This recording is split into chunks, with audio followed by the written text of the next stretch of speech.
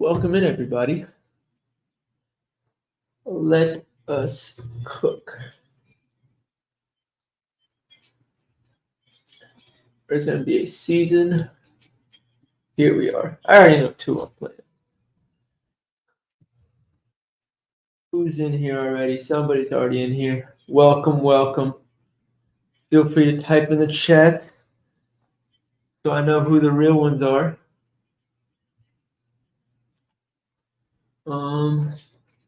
What was the other one that? Oh, Wendy.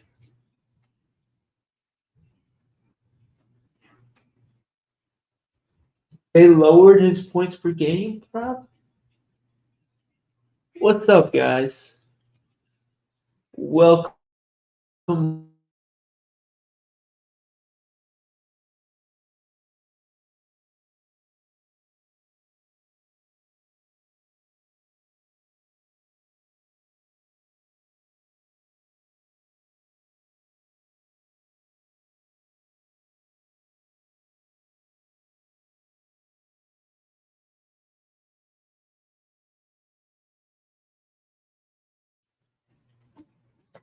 Okay, I'm back. For some reason, my screen went dark for a second.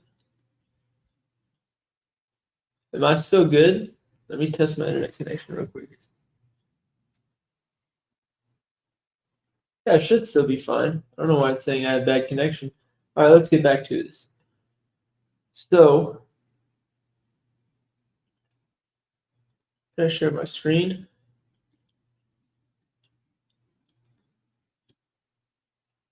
Here we go.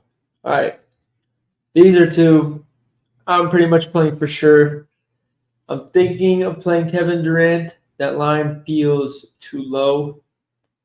Bradley Beal being there makes me a little bit reluctant on it, but I don't know.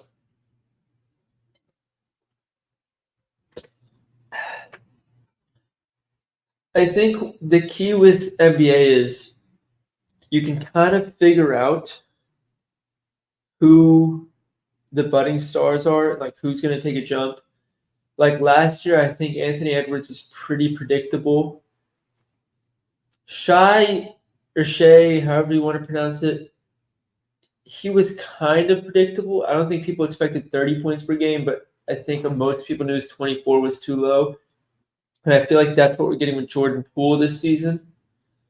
And I've been trying to find more like that, but it's been a little tougher this year. Banchero looks like one. He's an enticing one. And Cade looks like another.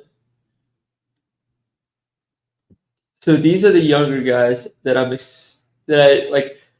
I think last year Cade was getting 21 on like horrible efficiency. Excuse me. 2022, 2023 season. Bev under double and Jokic under 50-point game logs. Jokic, maybe not, just because it's like with guys like Embiid, I get the argument like, oh, he got his MVP, his motivation is dampered. And I think people want to say that about Jokic and the championship.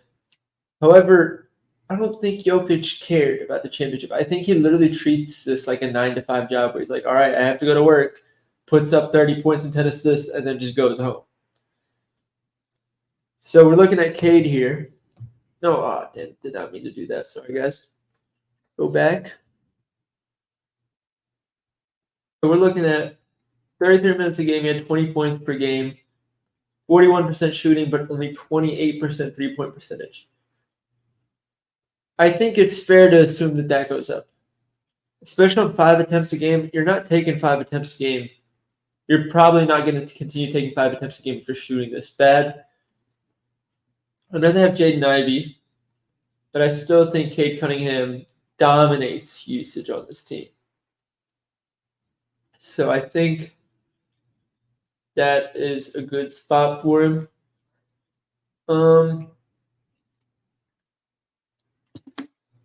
What else we got?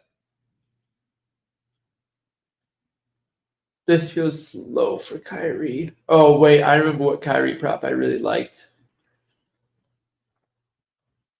I was looking at this morning. Where is it? Whoa, what just happened? I think it was this one. Luca misses a few 5 to 10 games. Kyrie's probably doing this at least once. And the reason I think that there's such a lack of weapons on this Dallas team that they pretty much need one of Luca or Kyrie to go for 35 a night. So I think it's fair to assume with a guy as efficient as Kyrie, he's going to have one of those ballistic games. Like, let's see Kyrie with Mag log. Let's see if he had a 50-pointer in the – didn't have a 50-pointer, but this is like, what, a quarter of a season? And he had 1, 2, 3, 4, 5, 6, 7 games above 30 points. 8, 9, 10, 11, 12, 13, 14, 15, 16, 17, 18, 19, 20. So in 35% of the games he played, he had 30 or more. Let's check without Luca. Without Luca, he's actually worse. Now, Kyrie and Luca have a full offseason together.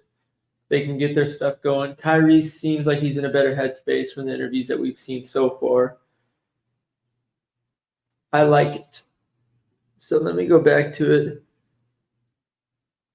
So 35% of games, let's just say for the sake of cushion, he misses 17 games. And that would be 65 games times 0.35. We're looking at 22 30-point games if he keeps up the same pace as last season, which is above his 20.5 line. The reason I like this one more than this one is if he gets a significant injury, this takes one good game. This takes 21 good games. So I'd rather have one 50-point game, but it's sweaty. Kind of want to see the technical foul props.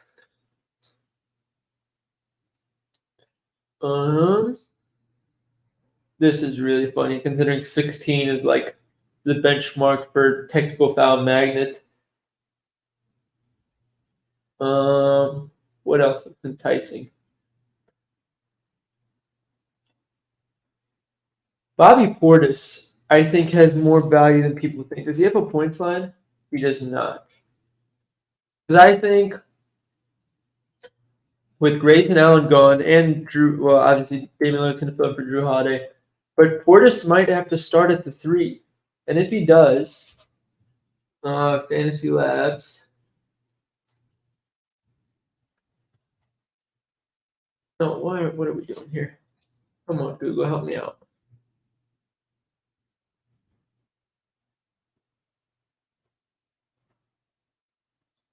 Let's see. Per 36 minutes, let's say, no, this is Atlanta.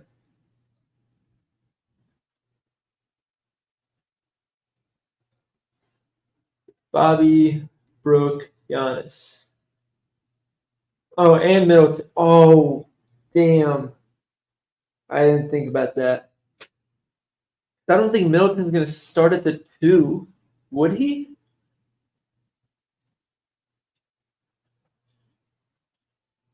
Thoughts on Bojan Bogdanovic's under? The only thing that worries me with that is if they want to try and trade him, they might just let him chuck up shots to boost his trade value.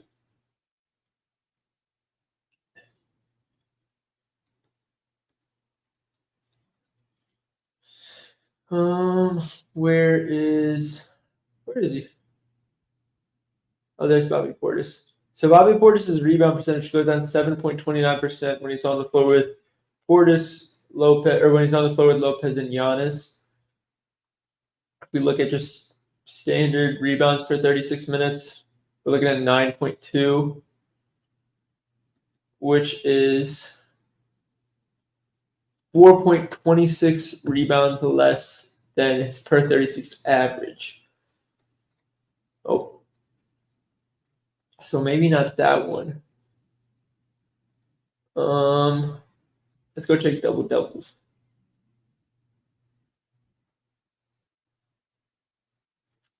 Don't love any of these. This is a cheeky under. I don't think I'm gonna play it, but the amount of times I think like people are gonna think just because he covers, people are gonna think we're looking at 18 games where he gets 10 rebounds, but there's a lot of games where he gets those 10 rebounds, but not the points. Banchero's enticing. Let me check something.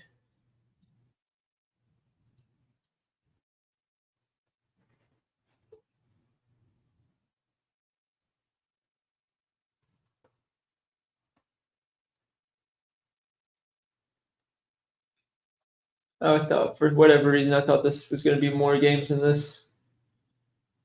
Well, actually, this is 4. And how many? 4, 8, 12, 14. That's 4 double-doubles in 14 games. Prop is 14. How does that scale up? Let's say 70 games for the sake of an entry. That's 20. That might be cheap. That might be a decent one. What was his points looking like? Huh.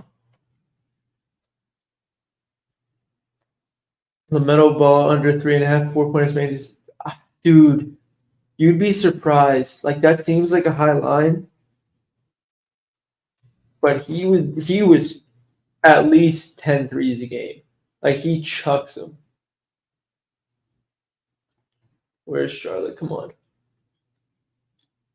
Yeah, 10.84 3-point attempts per 36 minutes for LaMelo.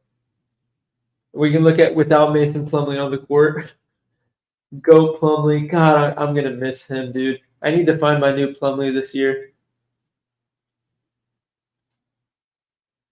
Hey, you're saying he'd have to take 11 threes a game? That's basically what he did, to be fair. 11.3. That was last year. So do with that what you will. Giannis 50-point game is set at 0.5. It's tempting. My only thing is he legit might not have to. Like with Dame and Middleton there, like he's got ballers around him. I'm gonna turn this fan off because it is getting cold. All right, there we go. No Miles Bridges. I mean, there wasn't Miles Bridges last year, to be fair. No Kai Jones. That's the real one. What else we got? This is also really low. I'm probably not gonna play it just because Kyrie is like a consistent 6 assists. Why is this so blurry? Hold on. We gotta fix this. Is it painful size? Hold up. We'll fix this for you guys. No?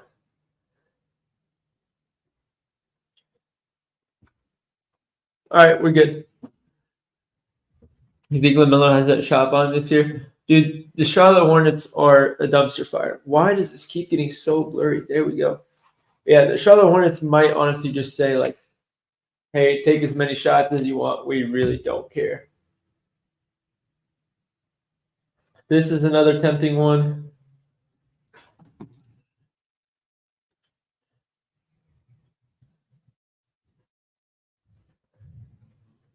Let's say after All-Star game, so we account for Donovan Mitchell getting the groove with him. Look at 4, 8, 12, 13. That's tight. We scale that out. Looking at 2 divided by 13. Say 70 games again. About 10.7. Yeah, we'll probably stay away from that one. What are we thinking? Banchero doubles or 22 points per game? So I really like both of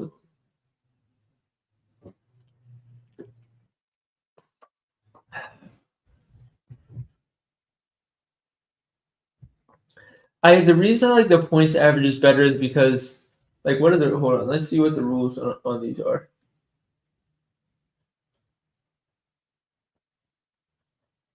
If Bankero plays in 41 games and gets hurt, he probably doesn't cover his double doubles or his 30 plus or games with 30 or more points, but he could still cover his season average.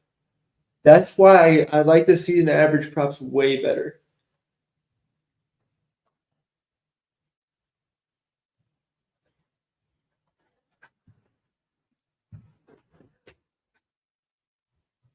So, yeah, that's the biggest thing with taking these double doubles, 30-point games, triple doubles. You can easily get screwed by injury. But if you take a season average prop, you're almost immune to it. If that makes sense. Let me fix this lighting. This is bright.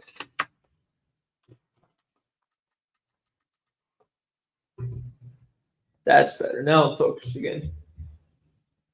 This is a nerfy. Colorado second half. I haven't been keeping up with the game. I need to keep up more with college football. You guys want a free square? Jack Plummer for Louisville. I'm from Louisville, so this is the only reason I know this. I don't actually cap college football, but he's covered in every game the last 2 years where his team was favored, and they're favored by 7.5 points today. So there's your free square.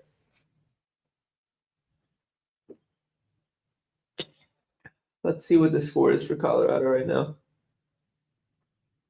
I forgot they're not ranked. Where are they, Pac-12?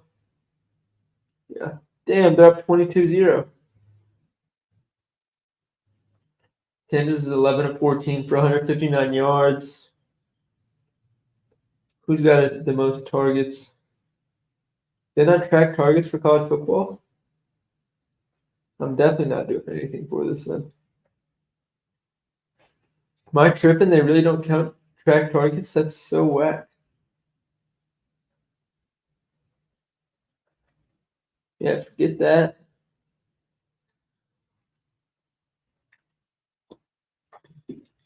Chat seems easy at 13.2.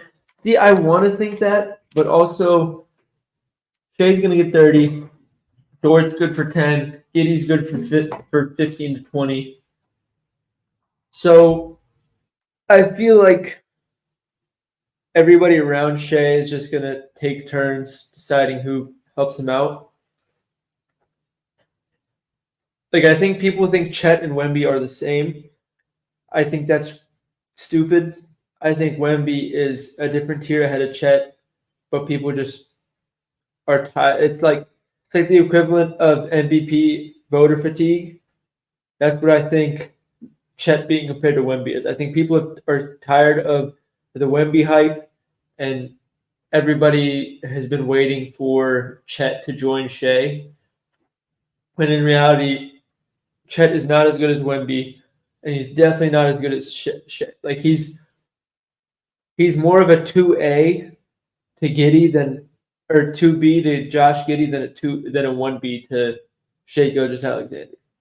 That's my 2 cents. He's good. He'll probably have a good season at 13.2. It'll probably cover, but I don't think that that's as free as other people think it is. Wemby's highlights from tonight are truly insane. I'm going to be completely honest. That's like 75% of the reason I wanted to do this stream was just so I can get another card with Wemby and Poole. Because if you guys want a 2-man, there it is. It's these two. These two are covering. I'm not thinking twice about it. 3-pointers made average. Maybe Edwards.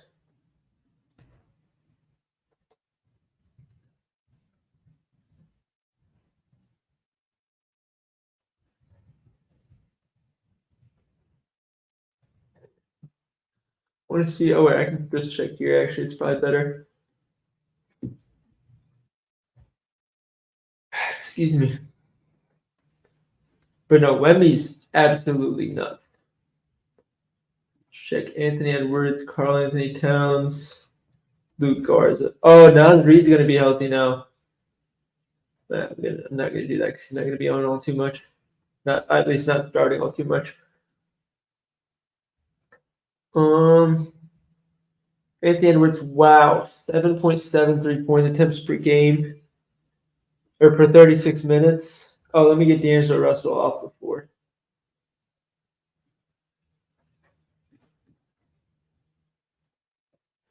That's an important one. Oh my God. Is that real? 10.36 3-point attempts per 36 minutes? That's nuts. Let me see if I add Mike Conley. What is it?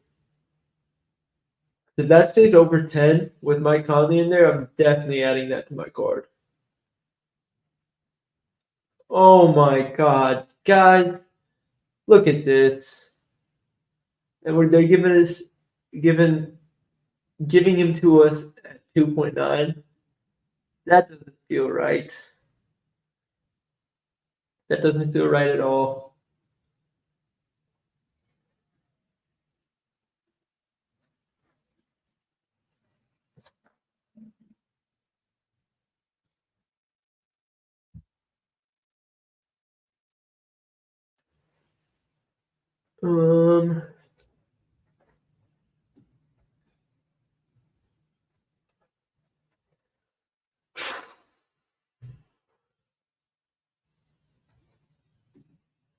So he's taking like at least 8 a game.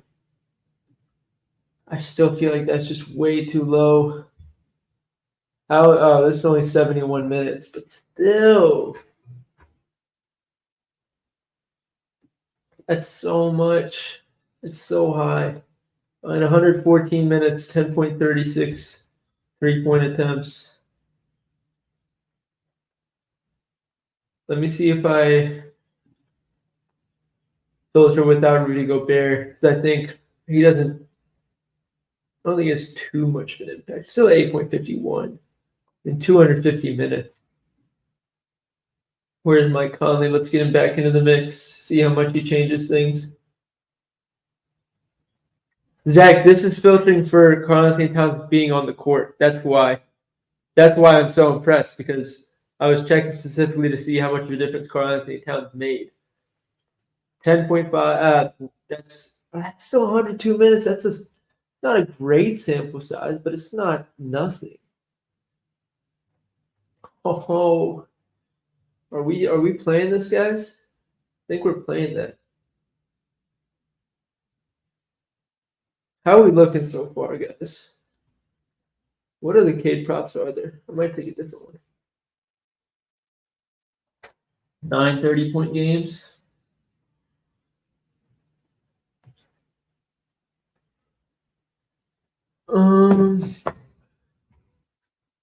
Yeah, guys, I'm not good. Who are we talking about?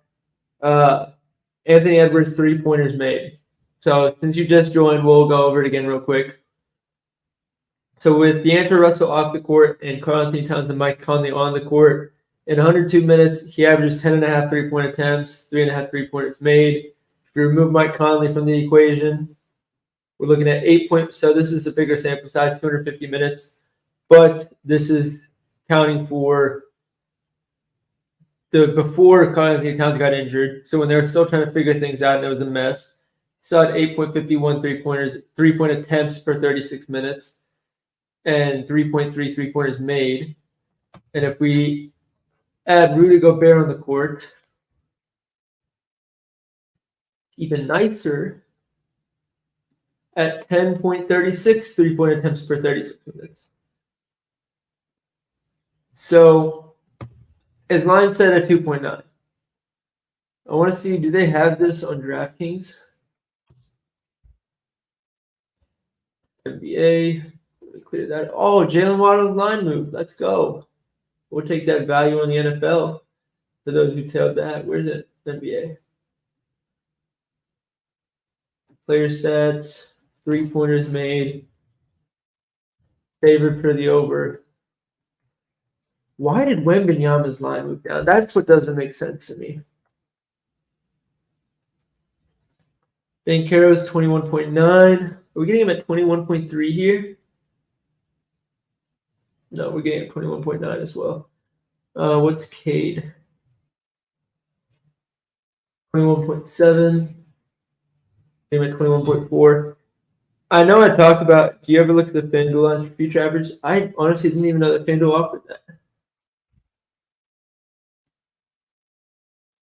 Let's check them out. Where's NBA? There we are.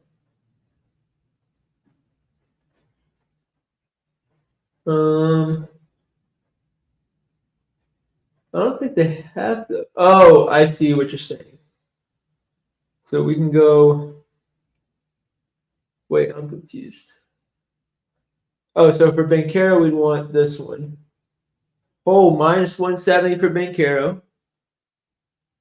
Take all these with a grain of salt because they don't give you the option for the under. So they naturally juice the hell out of them to take away a lot of your value. But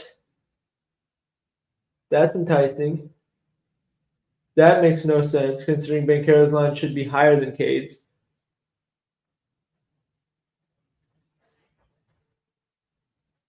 DeRozan, 14.5 30-point games.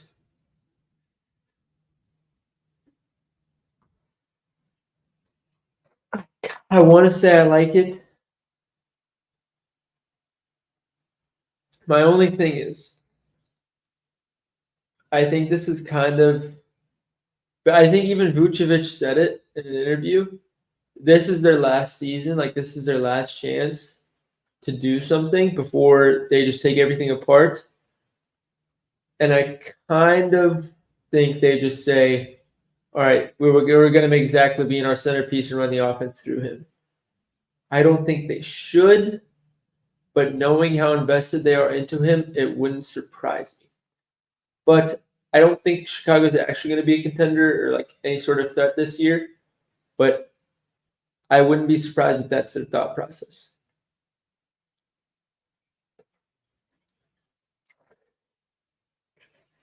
What? Porzingis for 18.9. I mean, I feel like that's actually. Oh, where do you see Porzingis 18.9? I don't even see him on here.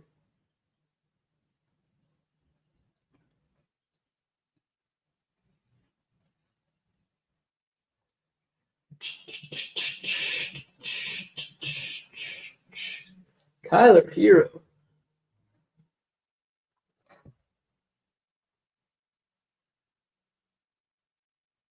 What are we doing here?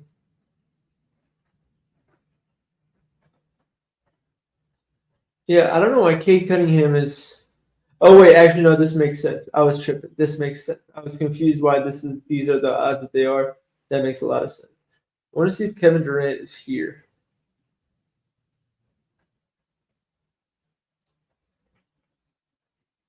Do they really not have Kevin Durant? Oh, here it is. Plus 140 for 28 points. His line's at 27. Is he here? How are they ordering this?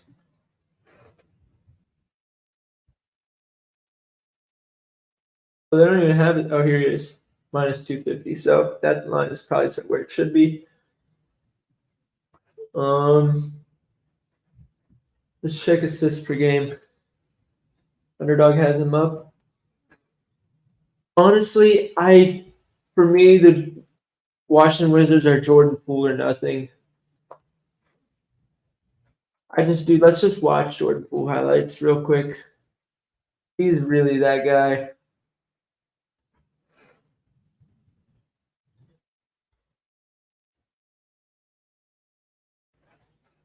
Oh, here's the Wizards.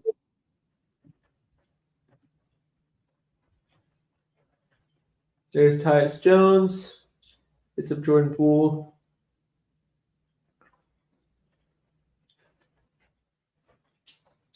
Dude, I don't think people realize for Jordan Poole, when you have a locker room relationship that's as tarnished as it was between him and Draymond and the rest of the guys, like even Andre Iguodala went on JJ Redick's podcast and talked about it. He was like, he couldn't be himself on that team, and like it's not that it wasn't his fault. It's just like what was done, and you can't just like move on past that. What a pass!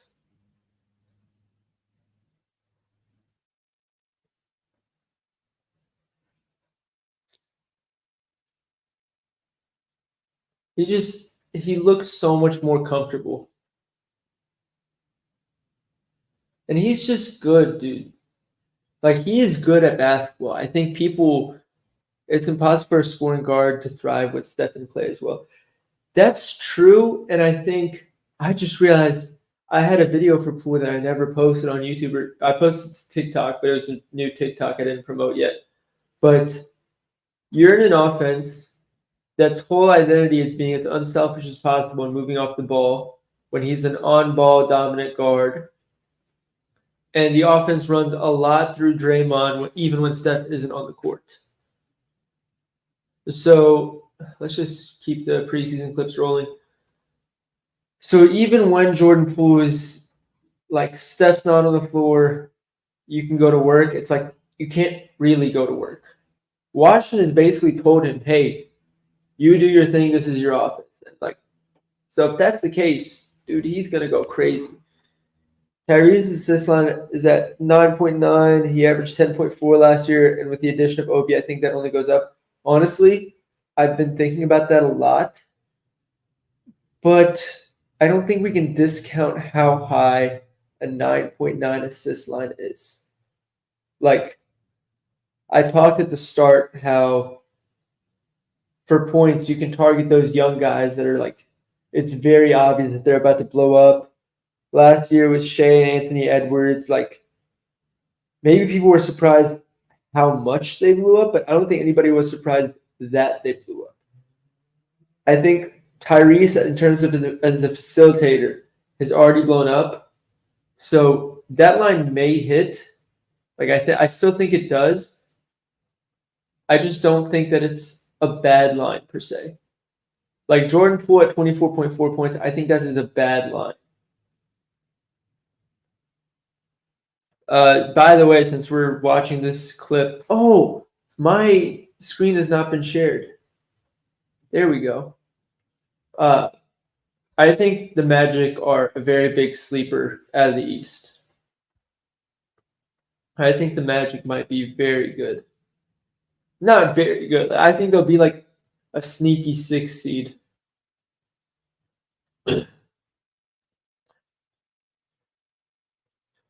There's Zion. Does Zion have a lineup? We'll check him after this. Zion could be one of those season average props that's has a lot of value because it's like he likely isn't playing the whole season, but when he's playing, he's gonna dominate. Hey, look, make sure you check the comments. Zach made a really good point. On Underdog, Halliburton is at 9.7 assists. Dude, Zion looks good. I don't technically know if I'm allowed to screen share other YouTube videos on here, but if I get in trouble, they'll let me know. Is that CJ McCollum? Yeah. Good drive. How do you do that left hand, though? This is just all Pelicans highlights. Jonathan Isaac, too small. Dude, you can't defend Zion. He's like the equivalent of a tight end in football. If you put a center on him, they're too slow. If you put a guard on him, they're too small. Like, there's literally nothing you can do about this guy.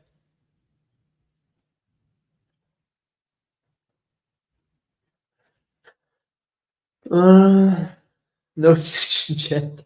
Yeah, there's only 10 people in here, so if I get banned, then I know exactly who to go to. Jonathan Isaac, all right, buddy. He's low-key balling. That was pitiful defense. Oh my god. They basically said, please score us. What is that assist looking like, especially when Trey and Jose come back? Are you saying you want to take his under or his over assists? I don't think I touched that assist.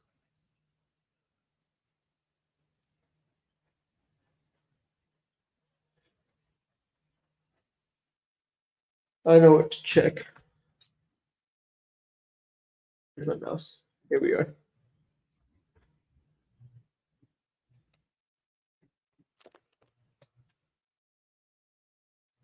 Let's check when Brandon Ingram and Zion are on the court together.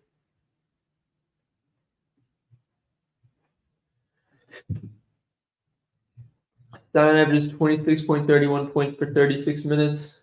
Please tell me he has a prop on here. Oh, God.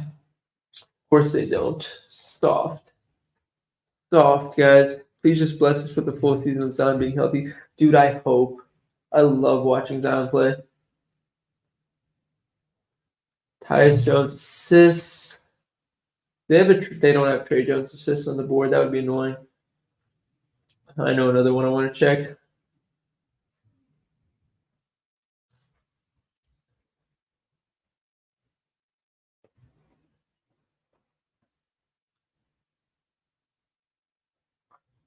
Let's go Russ. Where's Paul George and Kawhi? There's Kawhi. There's Paul George. I want to check on Russ assists because I think that line is too high. Never mind. Never. Well, I guess he really only plays 28 to 30 minutes. That line's probably where it should be. 6.9.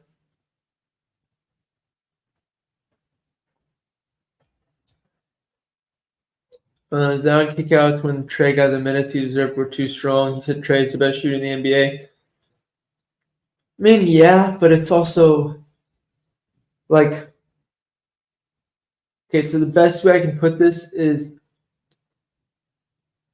you want to bet on players for what their role is supposed to be. And when I say that, I mean,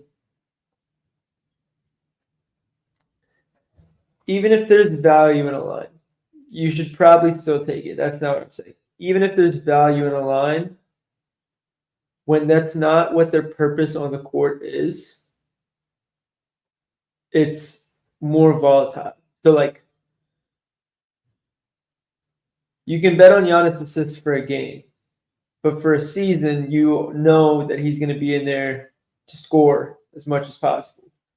And same with Zion. So when you're looking at assist props, it's more guys like Garland, Halliburton, Tyus Jones. Like, I would not take a Jalen Brunson assist props. Not because he doesn't assist, but you're not saying, hey, Jalen Brunson, go out there and get other guys open. You're saying, if you're the coach, you're saying, Jalen Brunson, go out there and get us buckets. Like, that's what you're here to do. Trae Young is there to facilitate. He'll get he'll score just by the nature of his usage. But it's either, hey, Trae Young, you're either scoring or passing. Like, one way or another, you're going to be the reason we score. So that's the way I see it. So not your logic in Zion assists makes complete sense. But it's one of those where if it missed, like if you're watching the first month of the season, he's averaging 4 assists. You're watching that and you're like, what am I doing? Like, he's not meant to pass the ball. And at the same time, if he's averaging 7 assists and his line is at 6.0, you're still looking at that and you're like, if he just goes into scoring mode, this becomes sweaty. Like, you're never comfortable there. I kind of like LeBron assists, team full of shooters around him now, and Westbrook's gone. My only thing with LeBron assists is I've not beat reporters, but just like smart NBA accounts have talked about him potentially playing off ball more, and it makes sense. So I think there could be value in his 3-point line. I see D'Angelo Russell, Anthony Davis. Let's just stop it there. Assists per game. 6.44 assists per 36 minutes with those two on the floor. Yeah, it makes sense.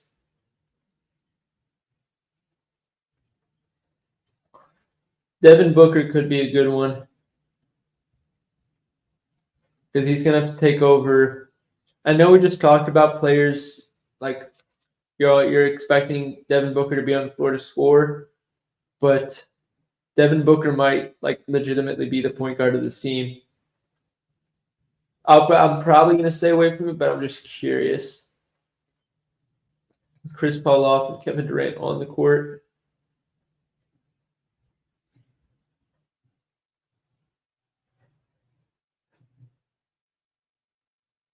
No, why did this do this to me? I guess we don't have to filter for those guys being off because. What do you think about Jokic rebounds at 11.9? FanDuel has him getting it 12 plus average at minus 220. It is pretty low for him. He was soaring over that last year.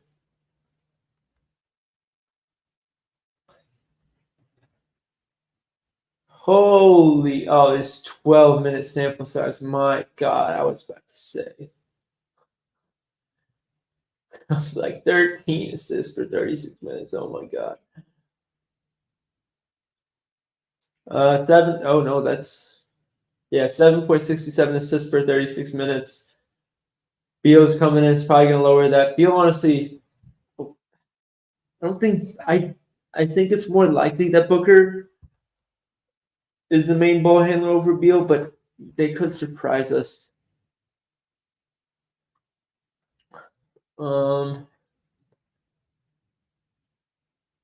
We can check Jokic here since I know you were asking about that.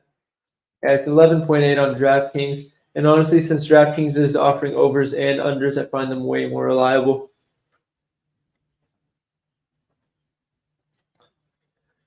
Yeah, you're saying Book should play the point, and I expect that too. But whenever, what's his face? Who's running point for the Wizards last year? I'm blanking on the name. Anyways, whoever it was, whenever he was out, Beal was averaging like 7 assists a game. So maybe the Suns saw that and they're like, oh, it might have been Monty Morris. But yeah, maybe the Suns saw that and they were like, oh, and like that was part of the reason they traded for him is just because he can do that. Like, I don't know. What else we got? This is probably a touch too high. I want Evan Mobley props. I want an Evan Mobley points prop though. I think he's going to dominate this year. They still don't have his points on here, man. That's so annoying.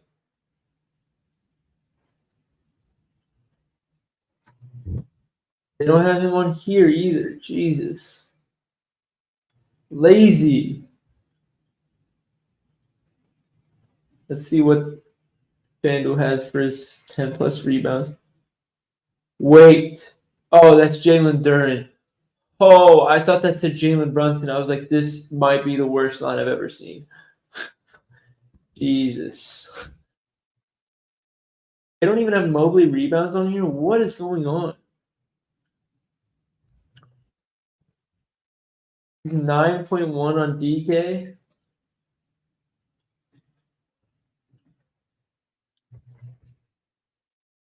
That's the one on Underdog. Are all these the same lines? Yeah, he's higher.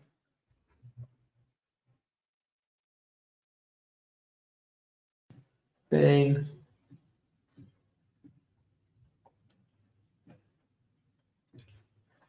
Let's check what Kyrie is.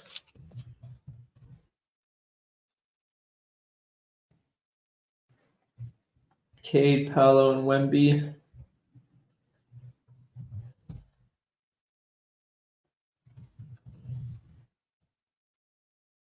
$21.7 here, 21.4 here. Decent value.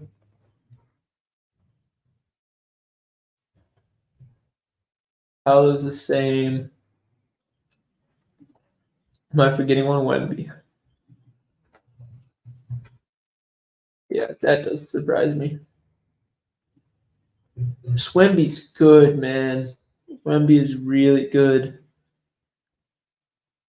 Yeah, I know Jared Allen's not going to be there to start the season. How long is he supposed to be out? I saw a report about that today. Let's check how the engagement's looking. Love it. Oh, let's just check Chris Fedor. He's the guy for the Cavs.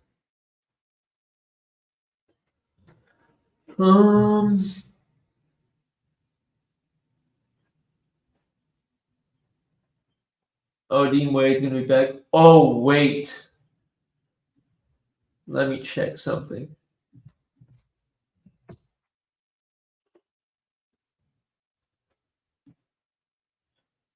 Just when they had shooters on the court. Where's Dean Wade? There we go. Whose assists went up the most last season? Because if Garland's at like a nice 8 assists, 8.35. Oh, Lord, that's tempting. Because the line is probably going to be Garland, Mitchell. Oh, no. Oh, Strus. Wait. Oh, Garland assists could be free. Wow, the Cavs actually have depth for once. That's a new concept. Because now we have Strus, Dean Wade, Okoro, and LeVert to come off the bench for the 2-3. Dean Wade can come in at the 4 for Mobley too and rotate there. Okay, so here's what's probably going to happen for that rotation. It's going to be Garland, Mitchell, Strus.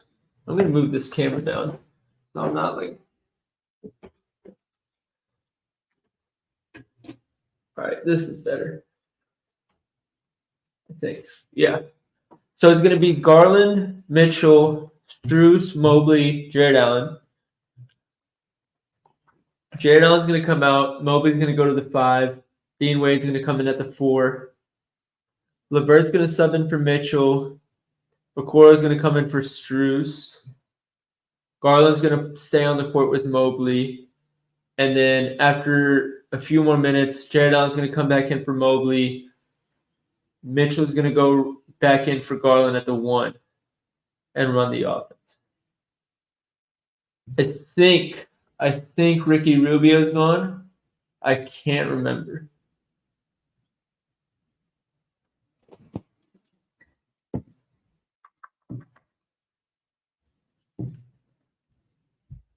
The Cavs would just trade out to my Pelicans. Mobley could be to fall mysterious Garland down.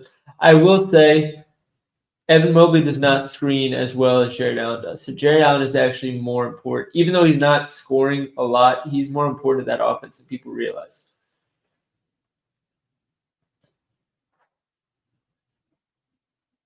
Oh, wait, what's this?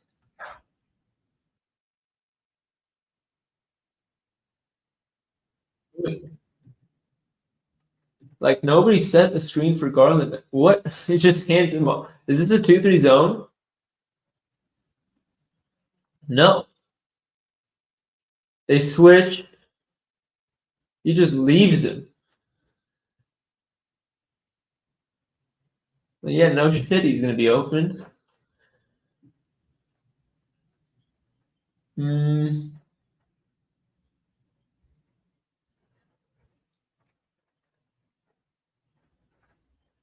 Yeah, I want to see what. Look at this. Tell me this doesn't scream Darius Garland assist. More pace, more threes, less. Oh, less pick and roll does hurt Garland though. Evan Mobley, an offensive hub. I want Evan Mobley points so bad, dude. Rubio retired. That's what I thought. I thought he retired, but I couldn't. I feel like I read somewhere that it was like kind of like he might come back at a retirement. I don't remember because I think it was like for personal reasons. I don't think he was like my playing career is done. I'm out. I think he was like something was going on in his personal life, and he decided to retire. I don't remember. How is Garland doing in the preseason so far? I want to see. Oh, Imani Bates too, dude. The Cavs just have shooters and shooters. I really want to take Garland. He gets so many assists off that pick and roll. So many assists off that pick and roll. Is there do they track potential assists for preseason? Excuse me. No, I want stats.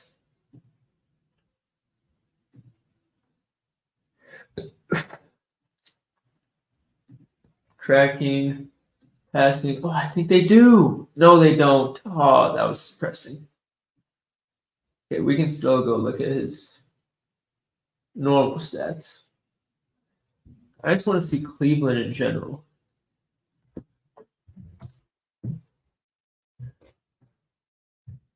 Who do you think is winning the chip this upcoming season? The Bucks. Dude, they're so good. Like, people are gonna think that they like. I am one of the biggest fans of Drew Holiday. I think he's one of the most underrated guards in the league. But Damian Lillard being added is without a doubt an upgrade. Losing Grayson Allen is not as big of a loss as you think when they also have Pat Connaughton. They also have what's his face? Beauchamp, and one other guy I'm blanking on. They have Bobby Portis. They have Chris Middleton. They have Brook Lopez. They have Giannis. That is a stacked team. Trees with Portis, Giannis, and Brook Lopez to defend the paint. You and Austin's boy, Alex Caruso, is super sharp. Dude, Alex Caruso is the guy. Believe it or not, before either of us made it big, like when I was on my personal account 2 years ago and Alex Caruso had like just started, like he was still kind of just posting fantasy football tweets just for shits and giggles, me and Alex actually talked before. And then it wasn't until I hit like 30K on Twitter, he found me on Picket, like my Dr. Profit account on Picket, that we like talked again, and we looked back, we're like, dude, look how far we come since the last time we talked. Like, that's crazy. Alex Caruso, not only is he sharp, he's one of the nicest guys in the industry, dude. He is awesome. If you guys don't know, and I'm not talking about Alex Caruso, the NBA player, you all know who he is. Alex Caruso started out with fantasy football. He started getting into capping. If you don't follow him yet, go follow him. He's just great for the community. I'm so glad you brought him up, Zach. He's that guy. I could talk about him all day. He's awesome. By far one of the nicest guys you'll ever talk to. No, we're not looking at preseason right now. Here we go, preseason. Let's get back to NBA. He's actually gonna start getting into NBA too, so that'll be super fun. I've been talking with him a bit about it. I'm excited to see what he can do with it. Let's check per 36-minute stats.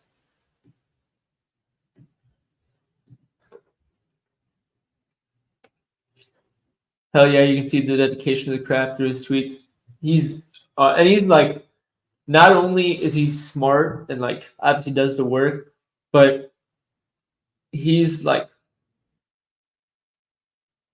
I mean this in the best way possible. He asks some of the most questions I've ever seen a person ask. Like, he'll pick the brain of anybody who gives him a conversation. And for those who don't understand what that means, it means he's always getting more knowledge and he's always looking to get better, which is two of the best attributes you can have as somebody trying to make it in any industry, much less the capping industry. All right, we're looking at the Cavs preseason stats per 36 minutes. Darius Garland, 10.7 assists, man. That's crazy. Wait, Kevin Love. Are we looking at the right season? No, we're not. Hold on.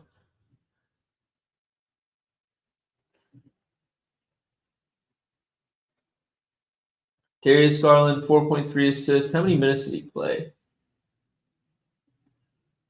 33 points. That's not encouraging. Not encouraging at all. Who's getting all the assists then? What is going on?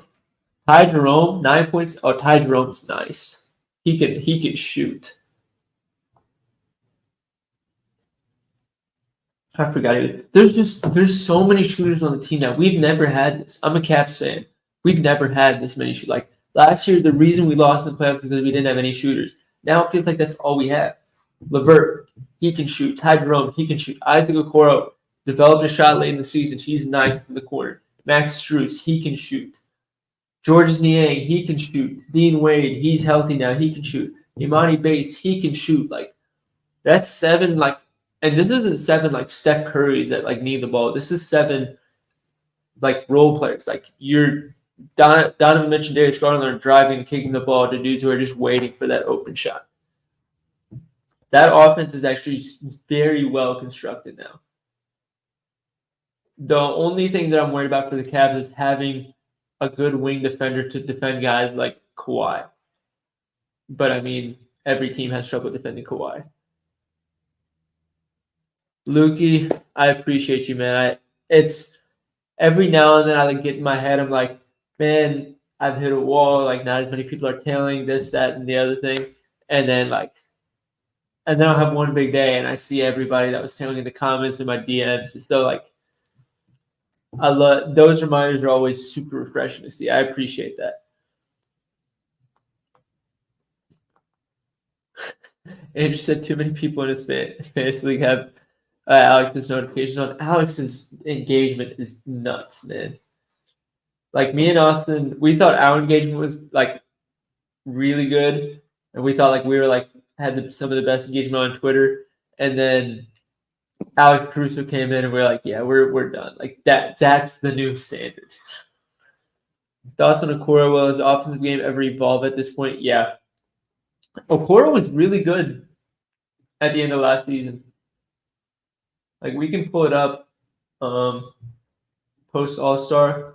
Like, I thought he should have been getting way more minutes towards the end of last season. And I was really mad he didn't get more minutes in the playoffs. Where's Okoro? Shooting 43% from 3.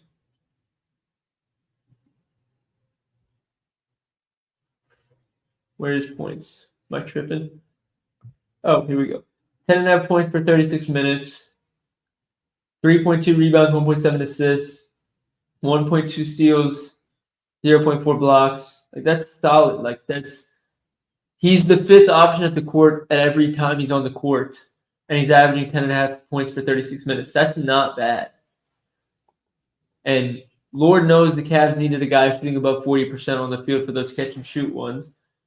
Karis LeVert, he was 46%, but oh my God, he was the most streaky guy ever. It was the most frustrating thing to watch. It was like, if he didn't make any of his first 3 shots, he shouldn't have came back on the court at any point. It was so incredibly frustrating. Danny Green, 46%, but he was played like 2 minutes a game. Jetty Osman finished the season hot. That was good to see. Most of that came in like the last 5 games.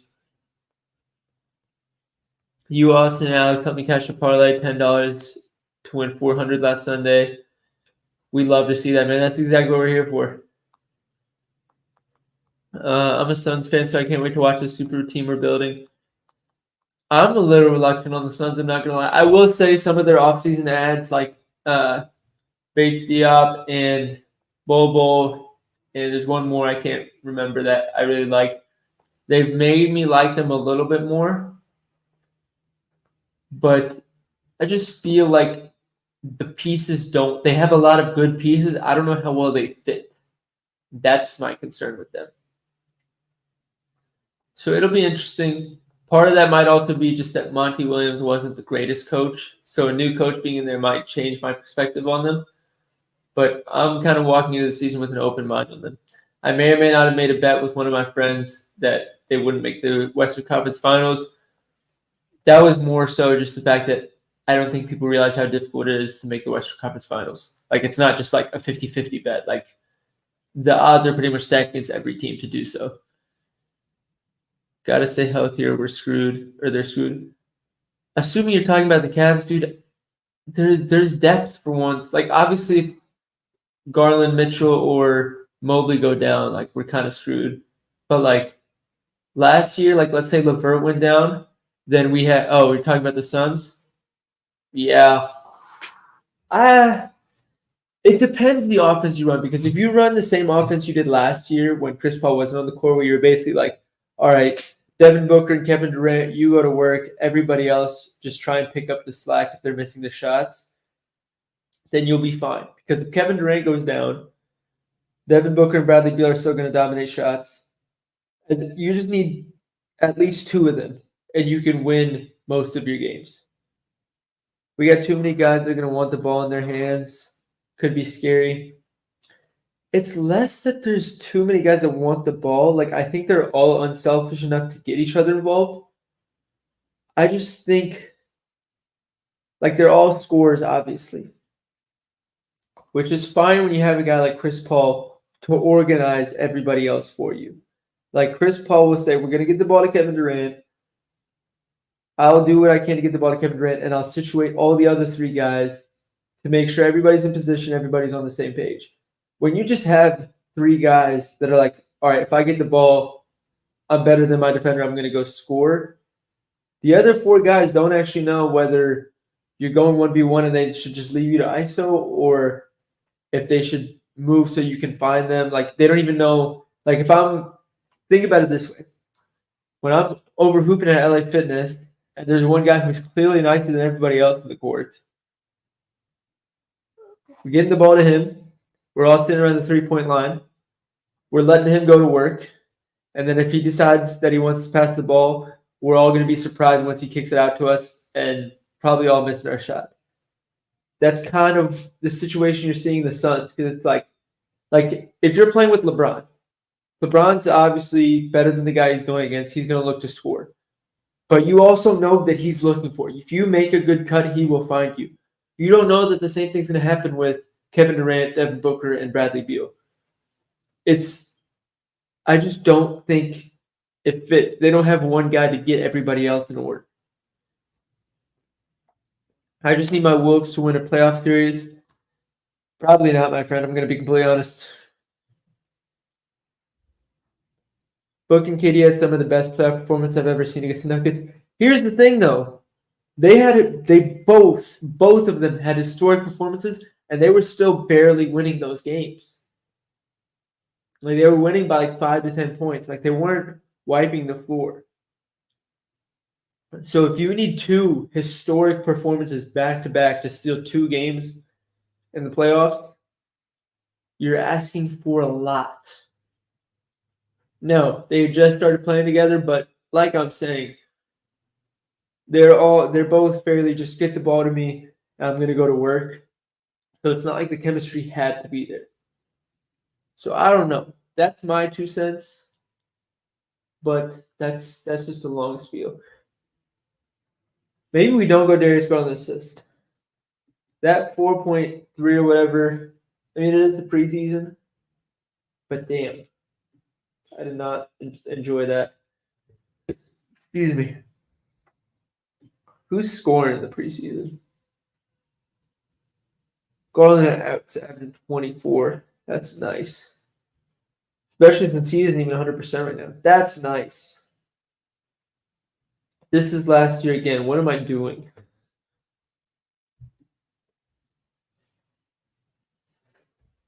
$22. Jesus, Garland, 12 threes? Oh my God.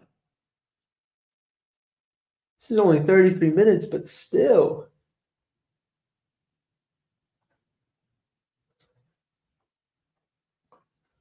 Huh.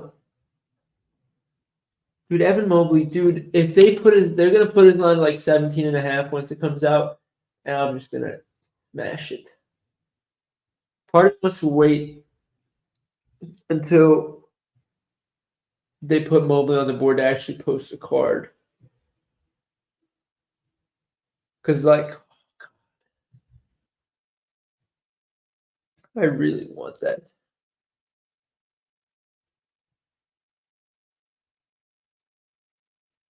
These two are kind of worrying me. I'm worried they're too high. But I don't know.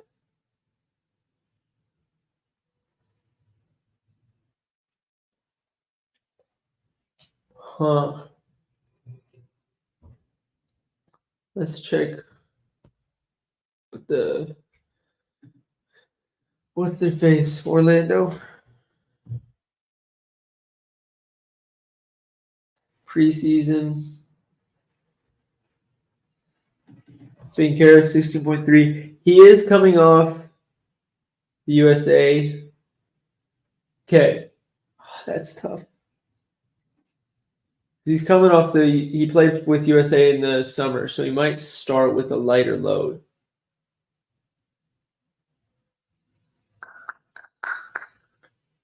I just think he's good. Honestly, the Wizards might just be like everybody's getting involved. Banchero's solid. I don't think he's like, at least personally, I think any other draft class he wouldn't have been the number one pick, honestly. I might stay away from this line. God, some of these look so free. Like Poole, Wemby, and Anthony Edwards are just so free. Mavs are missing the plane again, and don't even. The Mavs are going to be nice. I think Kyrie and Luka could realistically make them a top 5 team in the West.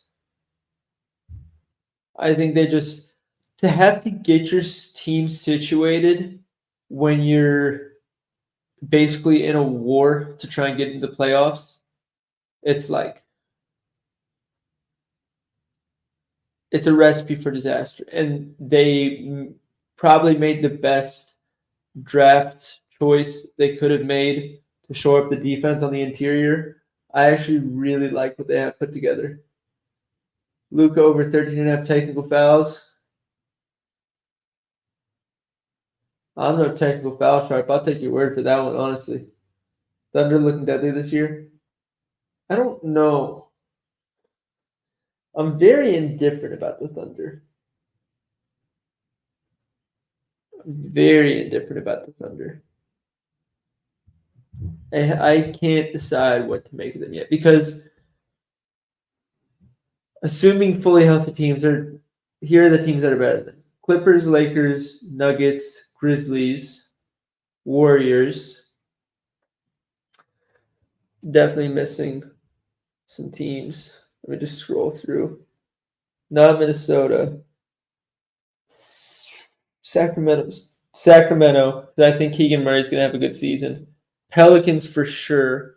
People forget how good the Pelicans were when Zion was healthy. So we're already at 7 teams. And I'm definitely missing a few.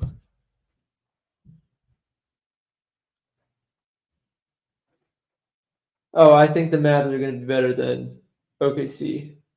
You can call that a bold take. I don't think that's a bold take. I think people are stupidly low on the Mavericks because of a bad stretch to finish the season. Who am I forgetting? There's one more team I know that I like out of the West.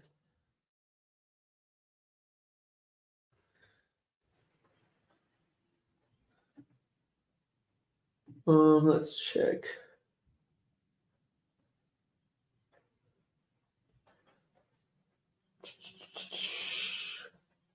The Suns. What's wrong with me? The Suns. For sure. Am I missing anybody else? I think that's it. So I probably have OKC as the 10th best team. Yeah. They're better than the Spurs. They're better than the Blazers. They're better than the Jazz. They're better than the Rockets.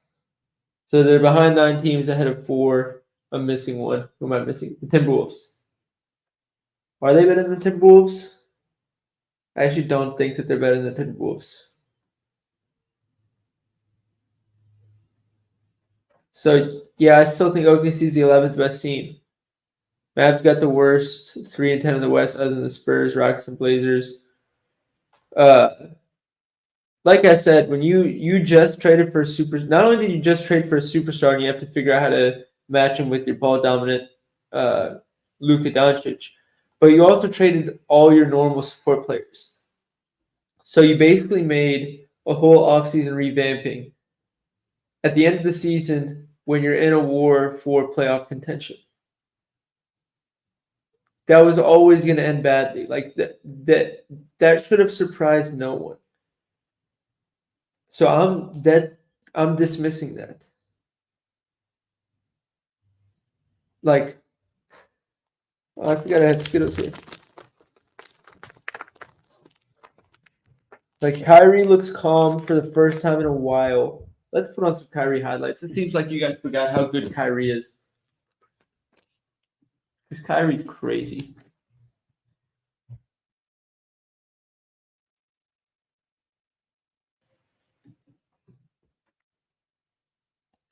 Like if I told you guys how much time I spent watching Kyrie Irving highlights, you wouldn't believe me. The Mavs had no depth and they trade Dinwiddie and Finney-Smith. What's his face? Reggie Bullock had probably the worst season he's ever had. That's gonna regress. Tim Hardaway was injured for a lot of the season. He's an important piece. They finally drafted an actual big man, which is going to be huge because that was they were starting Dwight Powell out there. Get out of here. Dwight Powell he is the perfect example of if you're tall, you're getting in the NBA no matter how good you are at basketball, because he's just not good at basketball. So not only do they fill holes, their role players are supposed to positively regress, and they're going to be healthy. And Kyrie and Luka are going to have a full offseason together. Like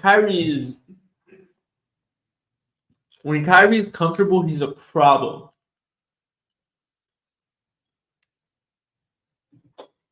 Another one people are forgetting about, Ja Morant. Ja Morant is still very, very good at basketball. Like, forget the off-court stuff. That's a whole different conversation. If Ja Morant is in the game, the Memphis Grizzlies are a threat. Other thing I want to mention about the Grizzlies. Steven Adams is way more important to that team than people think he is. And he missed, I think, the whole season after January. When Ja Morant and Steven Adams are both playing, the Memphis Grizzlies are probably the second best team in the West. And I firmly believe that. Wonder how the Nets will perform? I want them to be good. I don't know how good they're going to be. I think Mikal Bridges, as much as I'm rooting for the guy, I'm hoping to God I'm wrong because I love the guy. Him and De'Aaron Fox, both, same thing. I love De'Aaron Fox. They had unsustainably efficient seasons. So when you have two players that rely on efficiency, like Kyrie Irving is really efficient, but like Kyrie Irving is different. Like De'Aaron Fox and Mikal Bridges aren't doing the shit in this video. Pardon my French. So it's a bit different. And Kyrie Irving is also one of the best finishers around the rim for his size in history. Like, people talk about his dribbling. His finishing around the rim is probably better than his dribbling, which is a lot to say. So that's part of the reason that Kyrie's so efficient, is because it's not because of shooting. It's because of how skilled he is around the basket, which is obviously one of the most efficient areas of the court. And like, you have to hold on. What am I going to? Let me go back. You have to pick him up here because he can shoot this. So when you have to pick him up here, and he can dribble the way he can into all this space, he can get whatever shot he wants. Wherever he wants to be open, he can be open. Mikal Bridges and De'Aaron Fox can't do that. So I think the Nets are going to depend entirely on Mikal Bridges' efficiency, which I think is a slippery slope.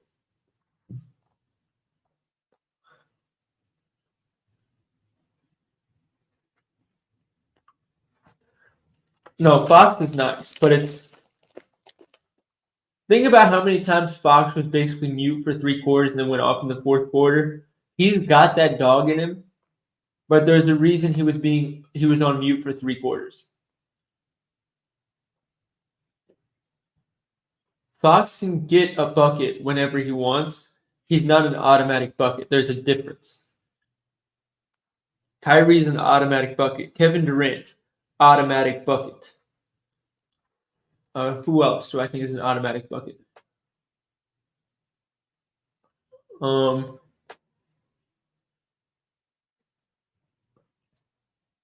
LeBron, sort of. Like, he's just a different type of player. By the way, I think LeBron's the GOAT, so that's not like a LeBron hater thing. I'm talking about a specific archetype player who just lets Sabonis take over the first half. I don't think that's it, though.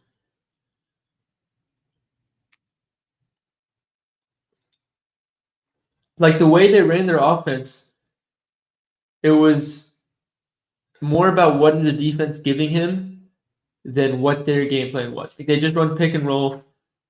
If they sat deep, De'Aaron Fox would handle the scoring. If they stepped up to him, then he'd give it to Sabonis, and Sabonis would handle it. Jesus, that's so tough.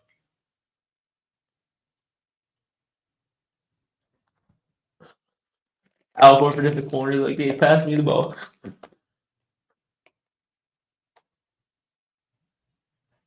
But no, Kyrie Irving is so tough.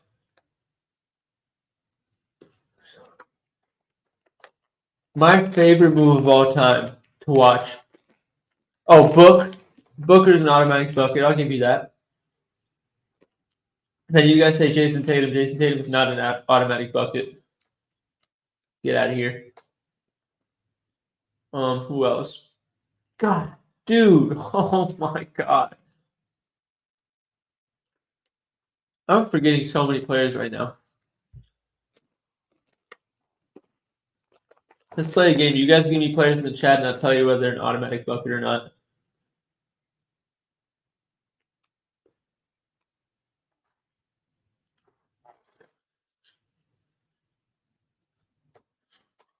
Game on the line. Step back.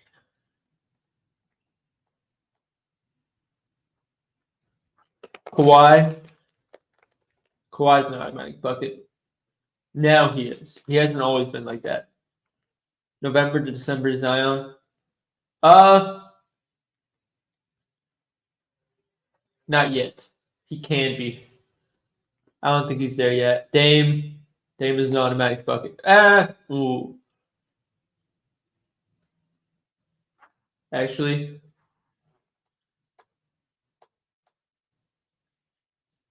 yeah, Dame's an automatic bucket.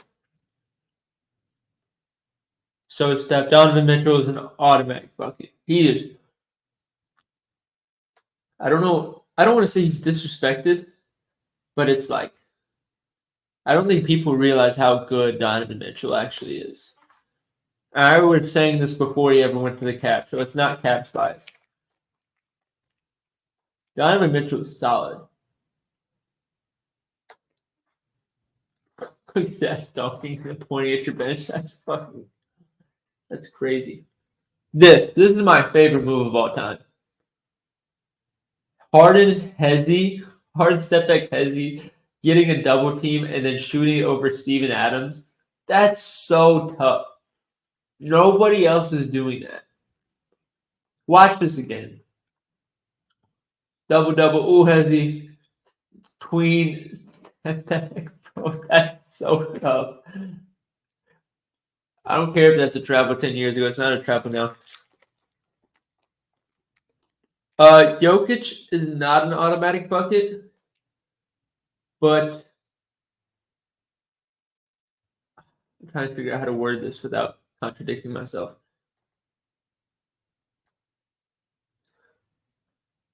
When he locks in to scoring, he can probably score whenever he wants.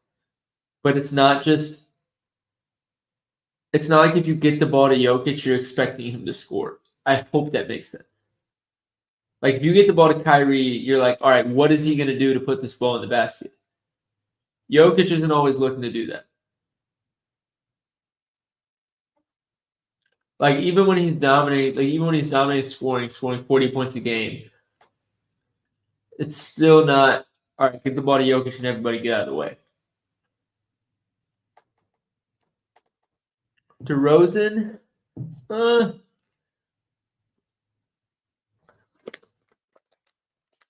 I'd say same thing as Jokic. Obviously not because he passes as much as Jokic, but just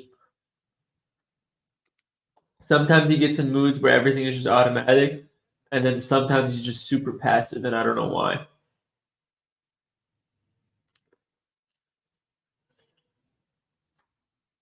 Do you guys realize to do this move over a center when you're a guard, like how nifty that is? That's not normal. You have to be so clever to pull that off. 80 will tell you Jokic is an auto bucket. I think people also forget that Anthony Davis is not a center. He's a power forward playing center. Like he's doing a pretty good job at it, but that's not the position he should be playing. Drew DeRozan only like shooting after halftime. His second half overs were so free.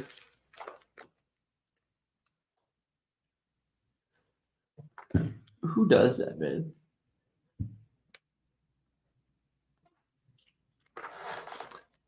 All right, I got a question for the two people watching because I love you guys. What's better, Kyrie Irving's finishing on the rim or Steph Curry's cardio?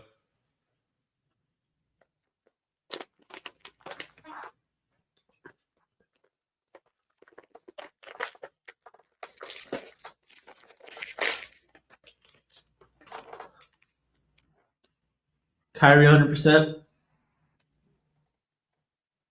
Yeah, probably. A lot of people have good cardio. I don't think anybody else has this type of finishing.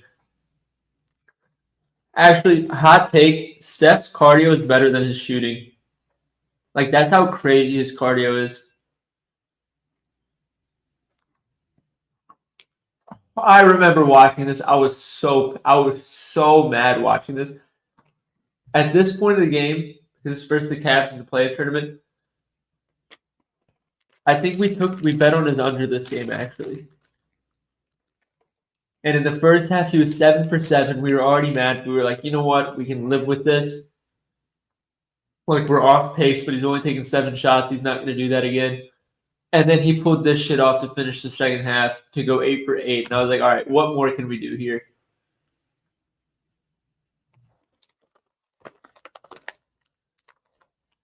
Like, that's defense. That's good ass defense.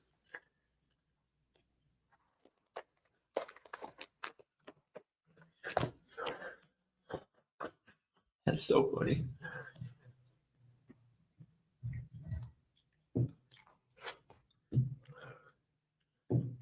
So we got a split decision. Gav has Kyrie. Andrew says Steph. Luke and Zach say both. Oh, insanity. Oh. That's so awesome. All right. Let's finalize this card so we can post it. I think what I'm going to do, I'll wait until Matt Mobley comes on the board, and I'll nuke Jordan Poole and Mobley points 2 pick. For the 5 pick, I know I want Poole, Wemby, and Edwards. Those 3 non-negotiable. They're going in. We have to decide how much we like Cade and Kyrie, though. Has Cade been playing in the preseason? I want to see what he's been doing. I need to keep up with the preseason more. I've been trying to watch pieces of it, but I haven't been watching enough. 23 field goal attempts for 36 minutes. Dude, that's wild. Shooting third. This is, I guess he only probably played 1 game. But I want to see how he was doing with the Team USA.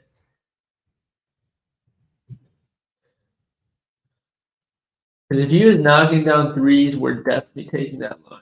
I think that's what it's going to come down to, is can he hit his threes?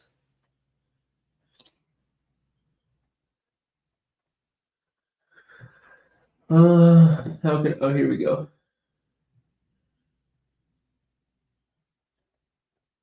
Am I tripping? Did he not?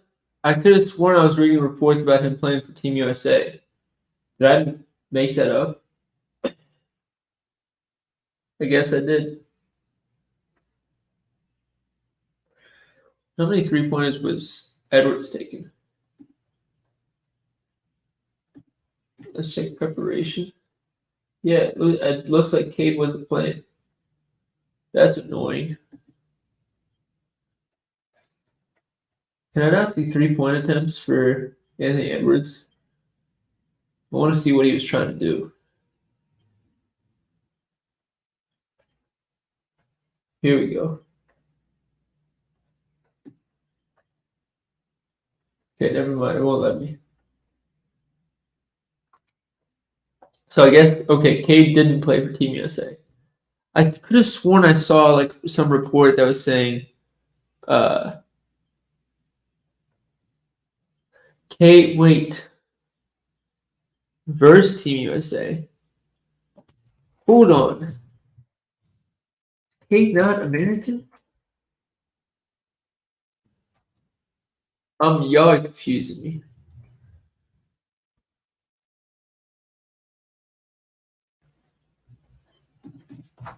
I'm an idiot. And he's American. What do you mean first Team USA? Oh.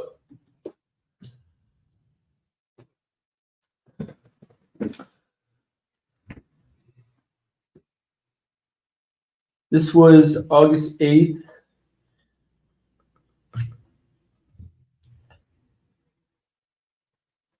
Perfect from the field. That's crazy. Cunningham was playing the loot. That was the report I saw for a matchup against Slovenia. That's what I was looking at.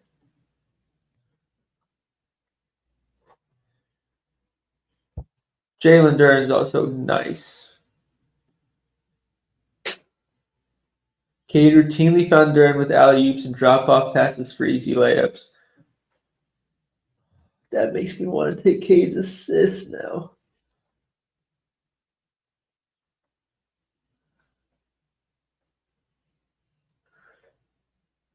I'm just reading everything.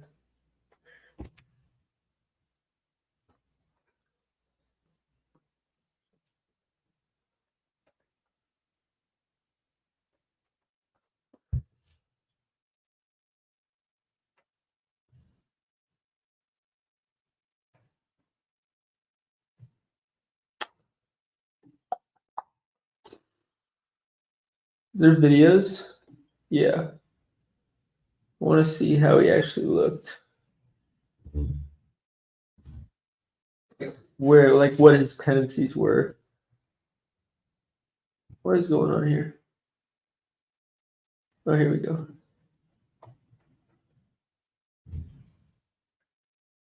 It's Cade. It's a good pass.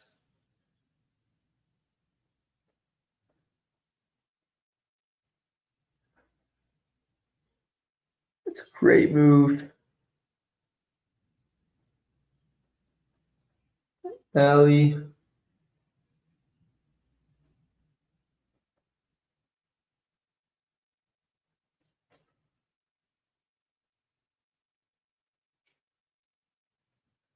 The Cade, this is tough. Is that Peyton Richards?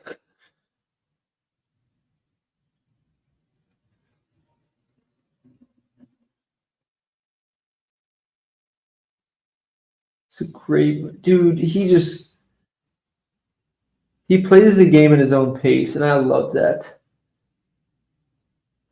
Like when I heard he was playing the Luka Doncic role, that just made so much sense.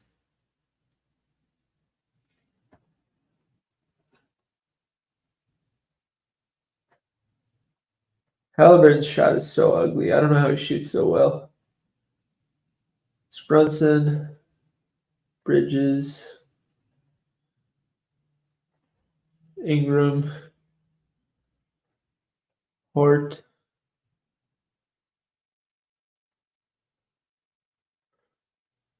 I want to see more Cade. What are we doing? Nas Reed.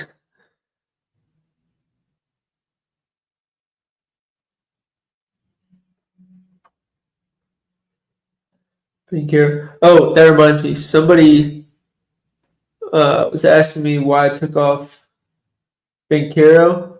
I just think the Magic have so many options that it's like I think he hits just because young stud's probably gonna have a good season, but I don't think he's like a special talent. Wagner's still gonna get his. Markel Fultz has been looking great. Cole Anthony wasn't healthy a lot of towards the end of the last season. He's gonna get his work. And I can't remember who they drafted, but I remember really liking their draft pick. So there seems to be a lot of mouths to feed. Kind of, dude, I can't decide. I'm gonna either take Cade points or assists. I don't know which one yet.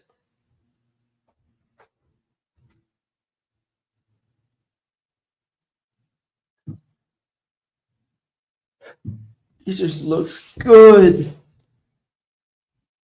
I'm just trying to sweat some second-hand cards again. Dude, it's gonna suck for me because I'm gonna have to play them all on books. How's the engagement looking on Twitter right now? Oh, that hit 300 likes. That's nice. Oh, wait, that's not the one I wanted to check. Montgomery's got 46,000. Oh, let's retweet everything so people see it overnight. Oh, that Hawkinson tweet's doing numbers. So is Walker. All right. Y'all are showing some love. Love to see it.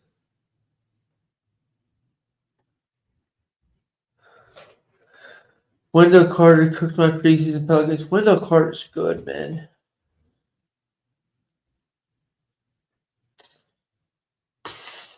What do we do about Cade, man? I want to check something. 2023 regular season. Want to see how many potential assists he was getting. Because if it's like 10, I think it was pretty high. Oh, 12.6. You're trying to tell me he's not going to average, what was it, 6 assists with that?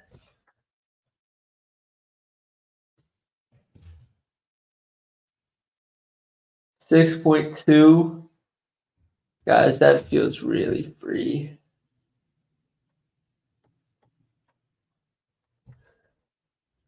What are we thinking? Will him and Jaden Ivey split ball handling? Cade's going to take over ball handling. There's Jaden Ivey, if they're smart, they're smart. They let him run 6-man. There's nobody on the team that should take any usage from Cade Cunningham if they want to actually win a game. Love that Hawkins play. Yeah, that Hawkins play might be my favorite of the day. You should have seen so when I first saw it, it was minus 105 and I was gonna take it. And then I didn't forget about it, but I had to record the YouTube video, I had to do my write-ups and all that stuff. So 2 hours went by and then it was plus 105 and I got super excited. I typed up and posted my Kenneth Walker play. And then it moved to plus 110. I was like, oh, this is awesome. I'm gonna take it. Him and Kenneth Walker both, I went against line movement. Like Kenneth Walker went down from 67.5 to 65.5. And I was just like, a lot of people freak out about that. But personally, for me, when it comes to the NFL, obviously the books know what they're doing. But it's less like MLB. Like the margin of error is so much smaller for MLB. Like if a guy has a good game, he's covering his strikeout probably by half a strikeout or 1 strikeout. But for NFL, if you have a good game, you're covering your prop by 30 yards. So like the line moving like 2 or 3 yards really does not matter to me.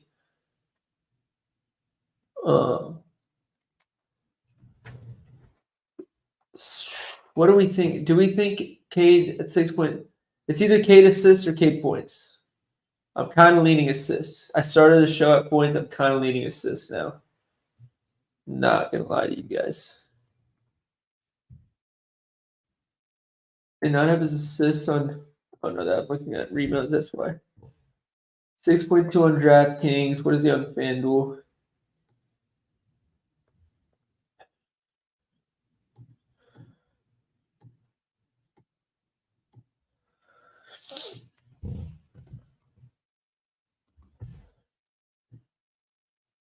Minus 170 to finish with 6+. We get him at 6.2. I really like it, guys. The next one we got to figure out is Kyrie. Because believe it or not, Kyrie was better with Luka on the floor than off. I remember that vividly last year.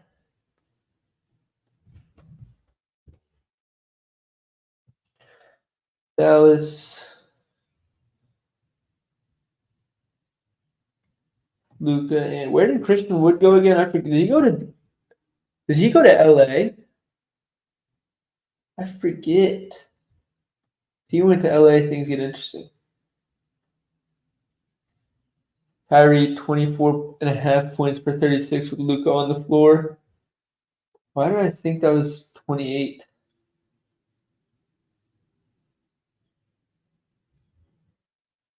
Let me check with Luka off the floor. I know they offset their minutes a lot, so he's going to get a lot of Luka minutes, a lot of non-Luka minutes regardless. Yeah, Woods on the Lakers. That's what I thought. That's actually crazy. Kyrie averaged 26 with Luka off the court, so it's not that different. This is per 36 minutes. I think he was getting 38 to 42 a game.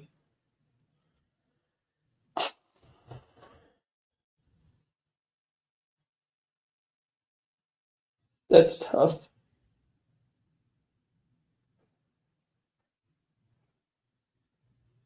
He's got to get 150 ball, right?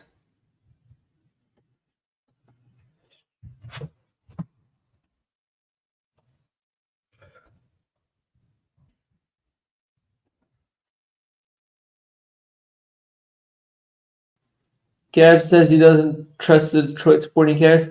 Here's the thing, though. He's probably getting 3 or 4 assists to Jalen Duren alone in the posts and alleys. Like, it's going to be a lot like what you see with Trae Young and Clint Capella. I think we see that between Duren and Cade. And 12.6 potential assists, that's like a 5 assist floor every game, even if the guys are missing shots. Like, usually players are converting about 55 to 60% of their potential assists. So for him to get a 12.6 a game last season is a super nice volume. I really like both.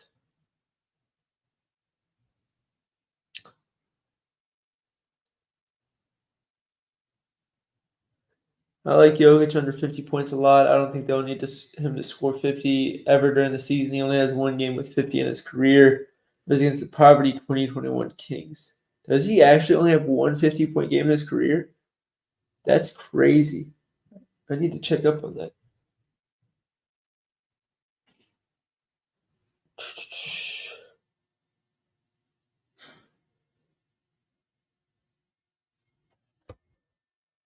Kyrie didn't have a single 50-point game last year. Sounds like he's due. But think realistically for Kyrie, with the way that offense is going to run, if Luka misses a game or misses some games, we're having a different conversation about that problem. That's the way I'm viewing it. And even if Luka doesn't miss a game, like Kyrie's gonna have. Let's check something. I forgot about that Boston season.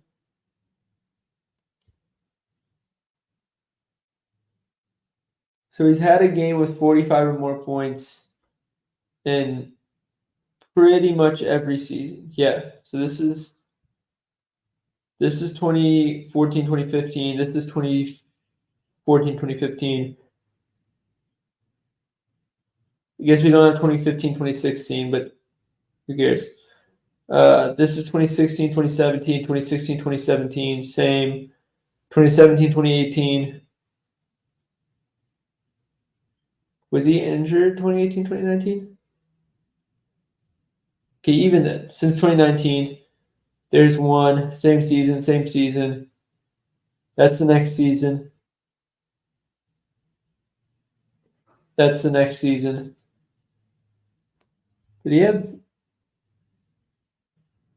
So he had 2 in this season, 1 last season. He had 48.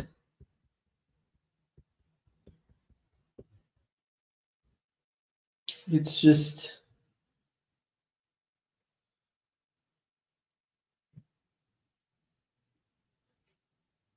What's up, Lighty TV? Welcome. It's the first we've seen of you. Hope you're enjoying the show. I really want to take this Kyrie 50 ball.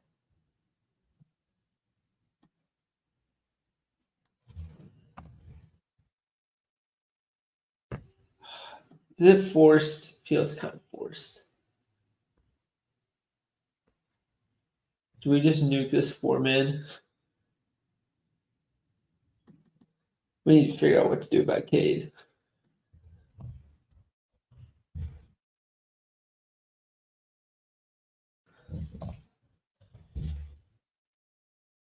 I think there's value on the points.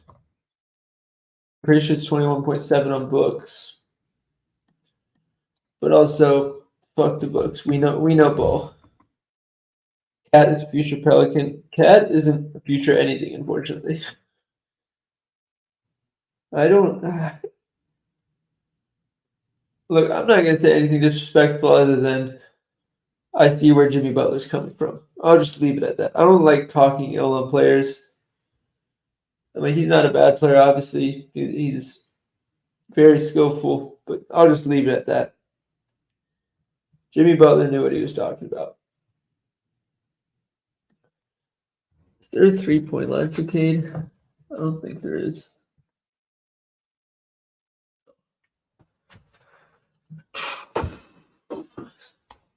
That 12.6 is such a high floor. And like you saw Jaden Ivey and Killian Hayes go crazy to finish the season on assists. You have to think we see some of that out of Cade too. Let me see something.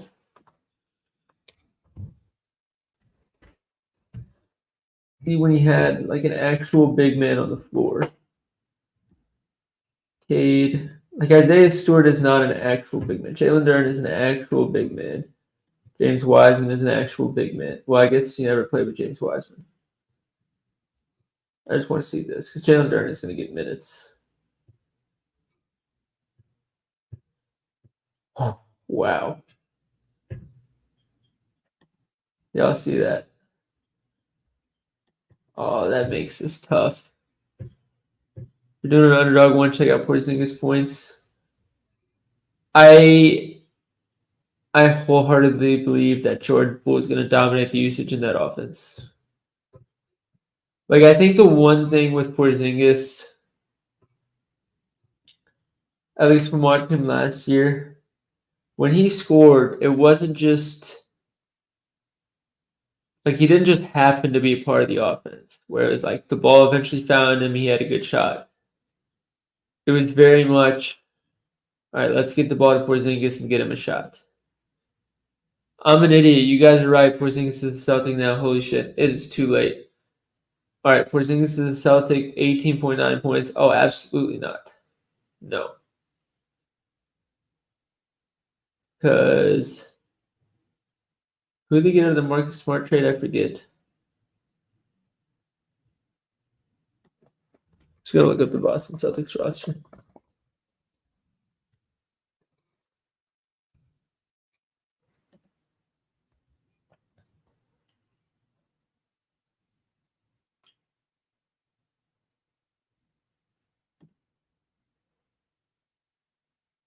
Oh, they have Drew Holiday now. Yeah, right. No, we're not. They have Drew Holiday, Jason Tatum, Jaylen Brown, Porzingis. Al Horford is good for 2 threes a game. Peyton Pritchard, I actually think he's going to get some usage this coming season, at least as a 2. They got Lamar Stevens. I did not realize that. But yeah, that 19 is a bit too high. Thank you guys for correcting me on that.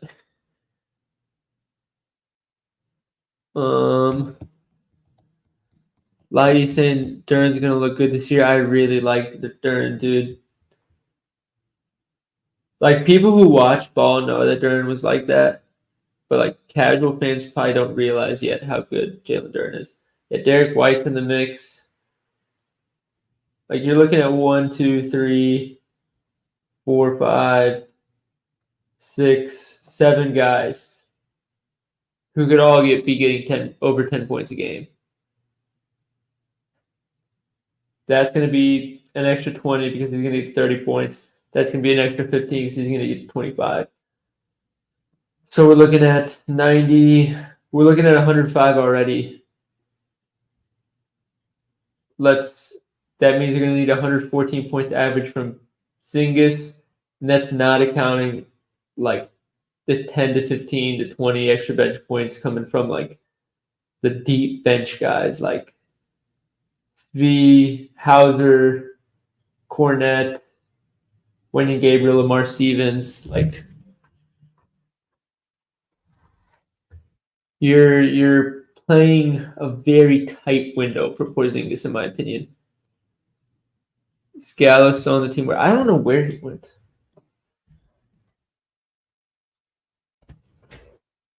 On the Wizards now? Danilo Gallinari's on the Wizards now. Franz is going to be around 18 points per game this year. I wouldn't be surprised if we see him at 20, honestly. I think you guys know in fantasy football how there's always that backup running back that takes all the red zone touches, and no matter what they do, they're always going to be somewhat relevant. Kind of like Jamal Williams was with DeAndre Swift. That's what Franz Wagner feels like he's going to be with Paolo Banchero. I think he's always going to be there, and everybody's just going to want Banchero to get the usage, and I think Franz Wagner is always just going to be creeping his head.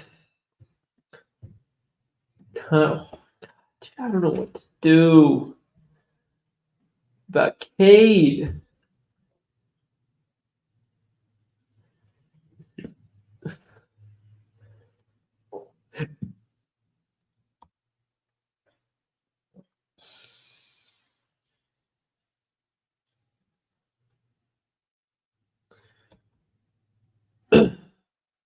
It's just so hard to ignore that 12.6 point potential assists per game.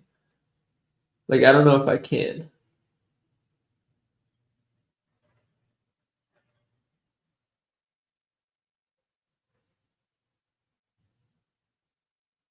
That's actually a tough lefty floater.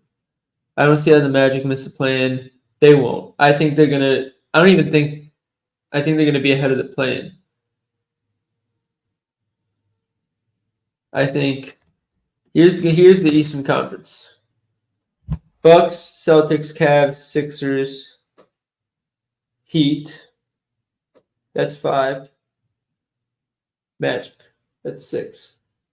Pacers playing, Hawks playing. I don't even know if the Raptors still have pieces. The Raptors probably make the play.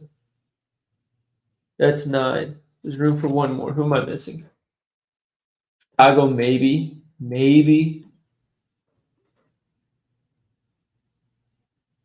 Nets, maybe. Oh, Knicks. I'm forgetting the Knicks and the Wizards. Oh, the Eastern Conference actually might be decent this year. Let me do this again. Would you take the undershift over 64.5 versus the Jets? Probably not. I'm staying away from it. There's so many injuries in that game. The only one I might be taking is A.J. Brown longest reception again, just because that's a wagon on the road. But I don't know yet. But that game just is super sketchy to me with all the injuries there's going to be. Knicks are better than the Magic. I agree, but I think they're closer than you think. All right, I'm going to try and go in order. Bucks 1, Celtics 2.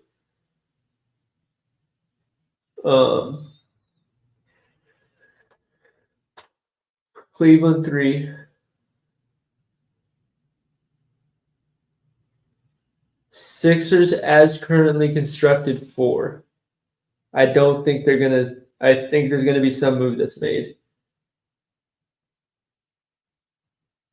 Miami 5, Knicks – kind of want to put the Magic ahead of the Knicks, honestly. I might. That's tough. Am I crazy for thinking the Magic might be better than the Knicks?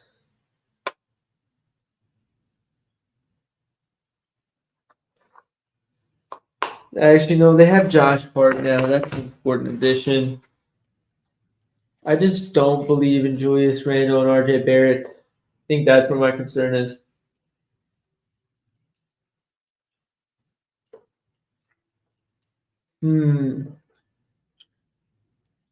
All right.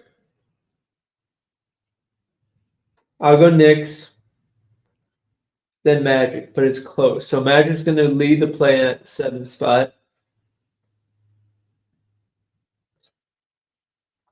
Then we got, so who's left out of the rest of that group? But the Hawks are there too. Oh, you know what? Here's what I'm going to do. Hawks at 6, Knicks at 7, Magic at 8.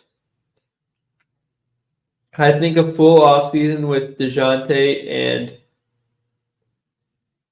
Trae Young, or at least the second one, and a new coach, they're going to be better than people realize.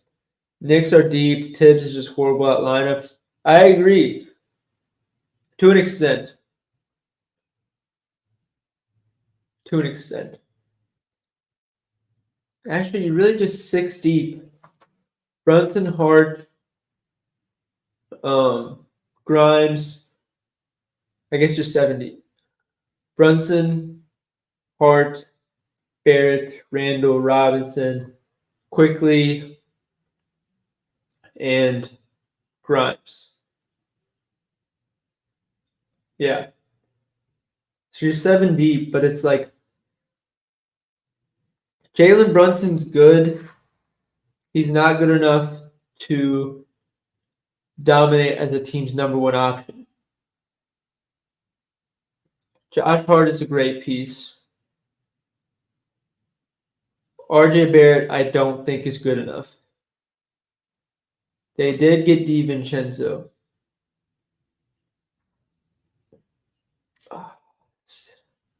I still wouldn't put them ahead of the Hawks. I think the Hawks also have, for whatever reason, they have a lot of really good young pieces on their bench. They just refuse to throw on the court. Like AJ Griffin is good. DeAndre Hunter, like this is a really solid starting 5. They picked up Patty Mills. They still have Bog. AJ Griffin's a dog. Jalen Johnson's super underrated. Okongwu's probably the best backup center in the league. So this team is actually really solid. I'd probably put them ahead of the Knicks just because I think Trae Young's better than Jalen Brunson. Clint Capella is better than Mitchell Robinson. DeJounte Murray is better than RJ Barrett. Julius Randle's better than DeAndre Hunter, but DeAndre Hunter is better at playing his role than Julius Randle. Hopefully that makes sense. Josh Hart is better than Sadiq Bey. But that means they're really only winning in 1.5 positions out of the starting 5. And Bogdanovich, Griffin, Johnson, Okongwu, and Mills coming off the bench is stronger than DiVincenzo, Grimes, and Quickly, especially when Tibbs doesn't even use those 3. Jesus, Colorado let them come back.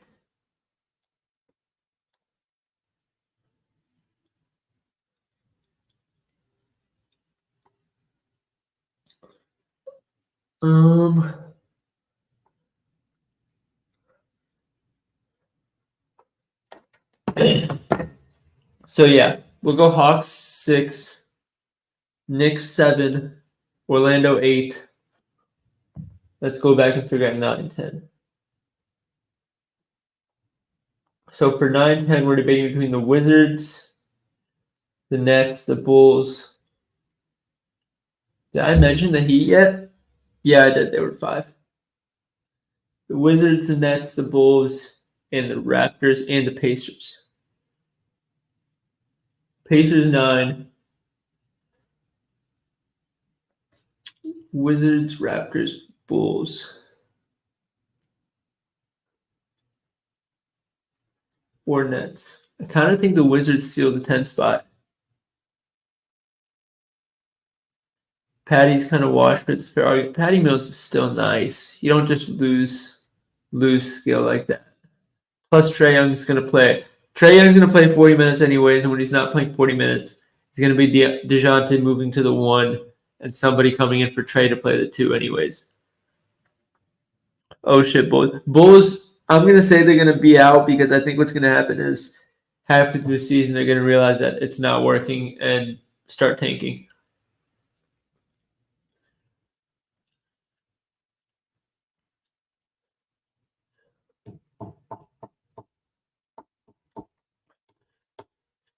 Yeah, they're going to blow it up at the deadline for sure.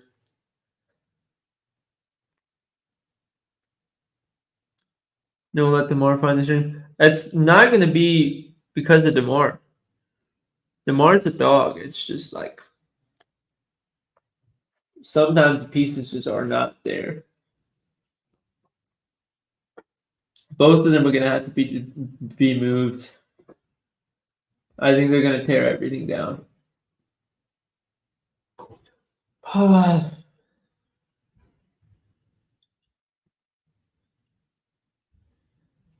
We're back to this.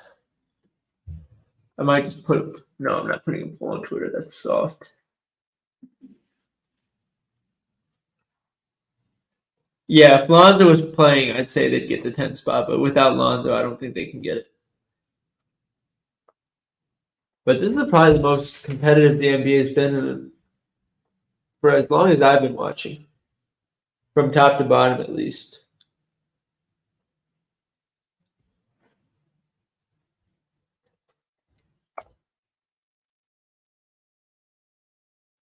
Oh, this is annoying. I'm just going to be staring at this all day. Or all night, I guess.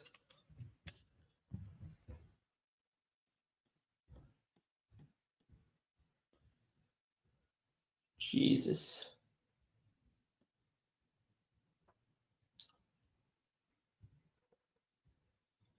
Okay, that's crazy. To be averaging this many points per 36 minutes when you're shooting like this. 78 minutes is such a small sample size, but still.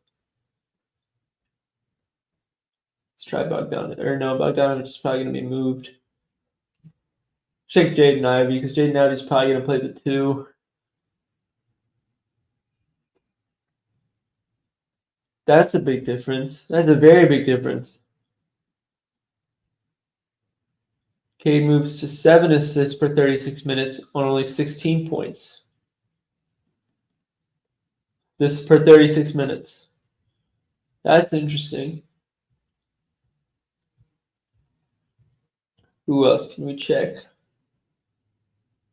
Sadiq Bey is gone. Huh. That's interesting.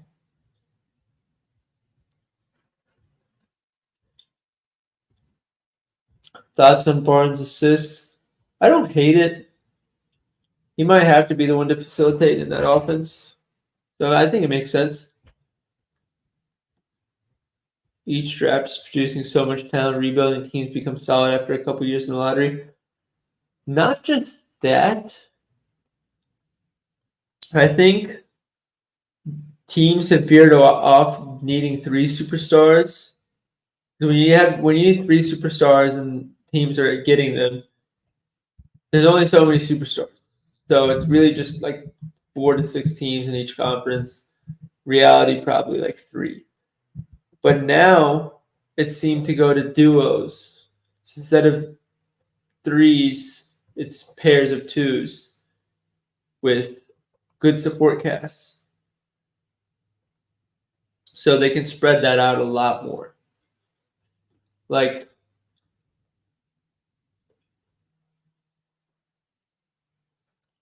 who's a good example?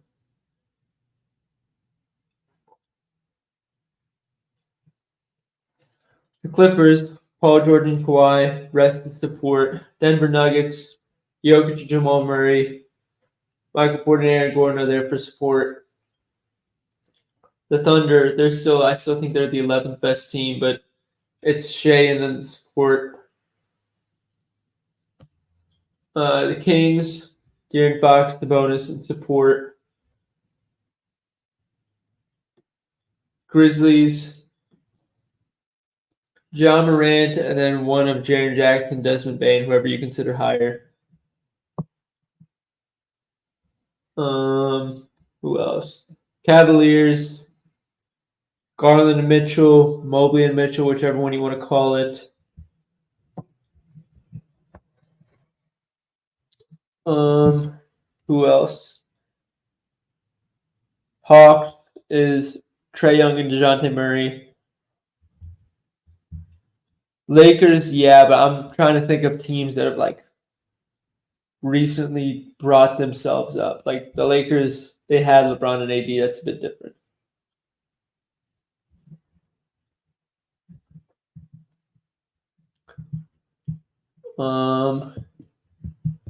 Who else?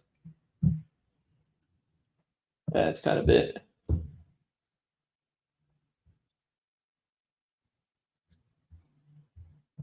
But it just became stop trying to get everybody. Get your two you want to focus on and build around them. And things have changed a lot. Mavericks, they don't have the support yet, but it's the same idea. Dude, the reports that are coming out about Mobley from the Cavaliers reporters is so encouraging.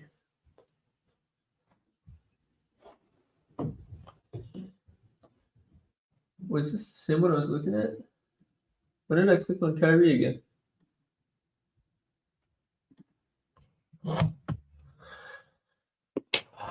What do we do? I think we got to go assists, guys. With Jaden Ivey in the mix now, that 12.6 potential assist, I think we got to do it.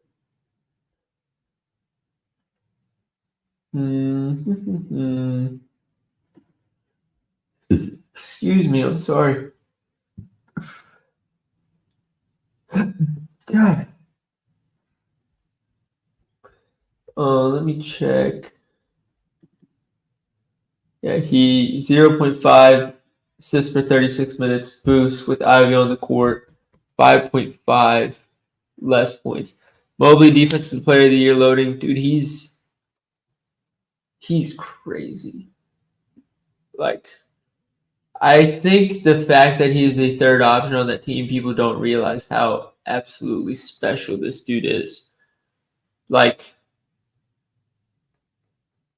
I don't have a comparison for him. He's that good though. Like you guys have no idea how excited I was when the Cavs got him.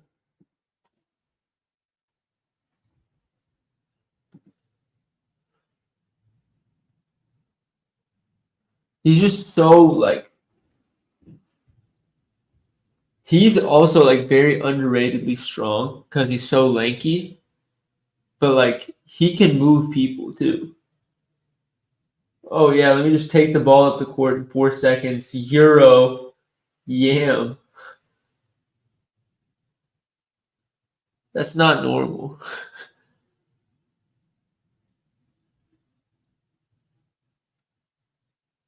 It's a great pass by Donnie. I love this Cavs. I think obviously the LeBron Cavs that won the chip, like they're obviously have a special place in my heart. But to watch this team grow the way it did, and like how much fun it is to watch them, Jesus, yeah, get that out of there. Just how much fun it is to watch them. Like I enjoy watching this team more than I enjoyed watching the LeBron and Kyrie Cavs because it's just more team basketball.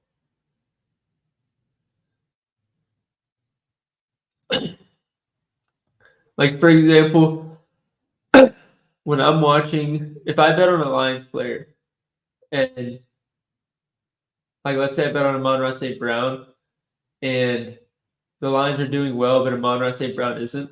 Like I'm still happy, but part of me is like, damn, like my bet's missing. When I'm watching a Cavs game, let's say I bet on Garland assists, and he's not passing the ball at all, but like he's cooking. I don't care. Like I love watching that.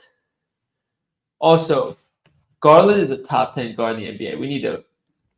This Cavs team is so good, dude.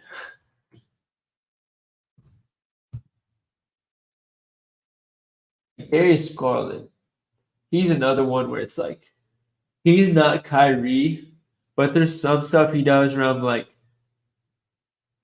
how are you doing that?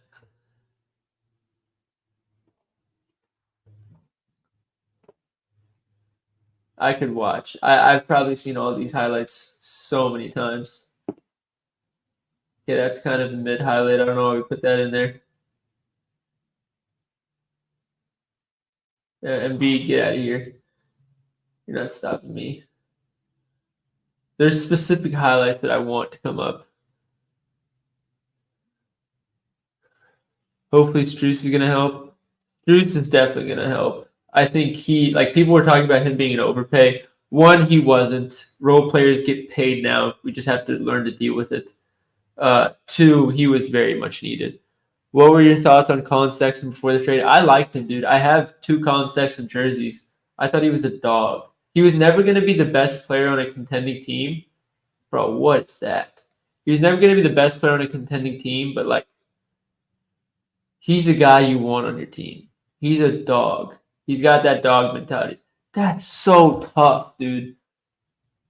That like little toss in front of the defender. Rudy Gobert, where are you going?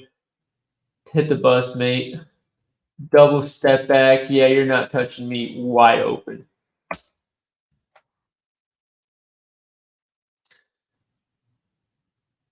Oh, this was the game where he went for like 50, wasn't it? I forgot about that. Cat, yeah, good try, bud. You're soft. That's tough. Like, he just kept running. That's so funny. Look at that, dude. That's so funny. Oh, you're just leaving him with too much space there. Garland has such a deep bag. He's such a deep bag. I thought so too. Thought it was kind of strange that the Jazz didn't use him much. He was injured for I think the first half of the season, and then he just never like. I don't think he was ever at full health. Like he was always playing through something small even after that. I think you're going to see a lot more of him this year. That is a tough bucket.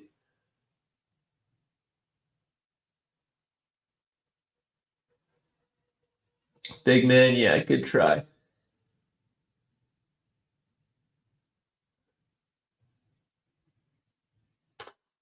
That's tough.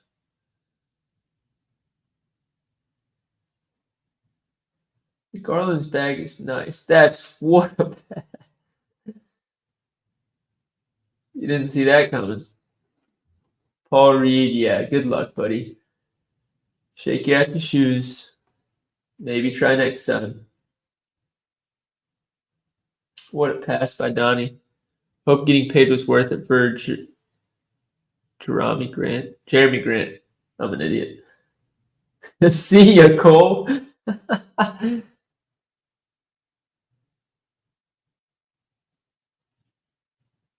God,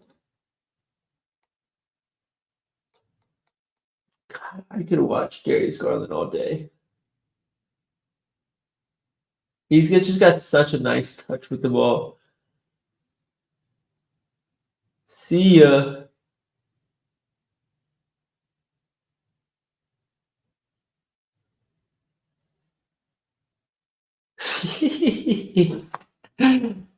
I trade BI for Garland. Okay. I'll say this. Brandon Ingram is probably, oh my God. Brandon Ingram is probably more valuable than Darius Garland, but Darius Garland fits in that offense better than Brandon Ingram. So I see where you're going with that.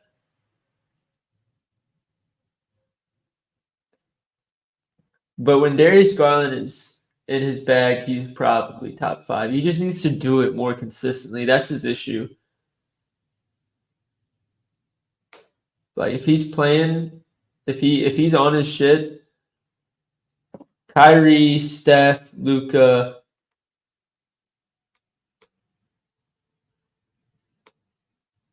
Who else? What other point guards are ahead of him?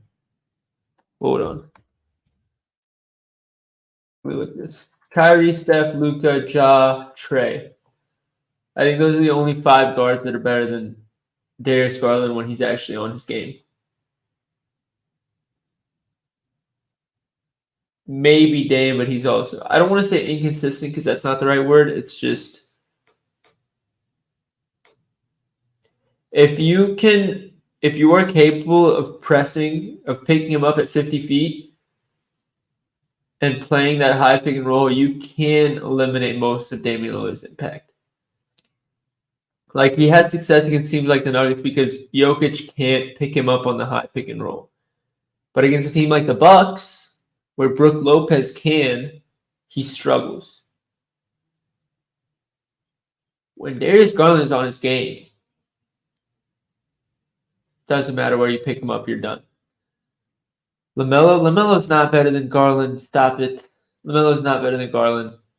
Ja is better than Garland. LaMelo is not better than Garland. LaMelo, I'm pretty sure LaMelo has the worst efficiency around the basket in the league, if I'm not mistaken.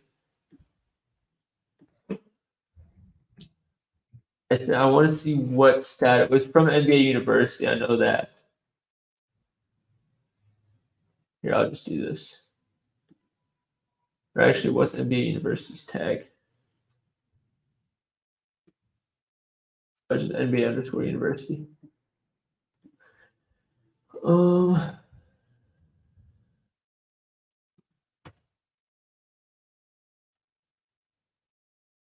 Again, I'm not exaggerating. It actually is like lowest field goal percentage among high volume drivers, 54%. You cannot be a top 10 point guard if you're finishing at 54% around the rim. I'm sorry. Like you can't give Russell Westbrook shit and then turn around and say it's okay for LaMelo Ball just because he takes 12 threes a game. I'm sorry. Benedict Mathurin is fine because he also gets fouled a lot around the rim. But Jaden Ivey's highly inefficient. LaMelo Ball is highly inefficient. Jalen Green is highly inefficient. Like, this is not a list you want to be part of.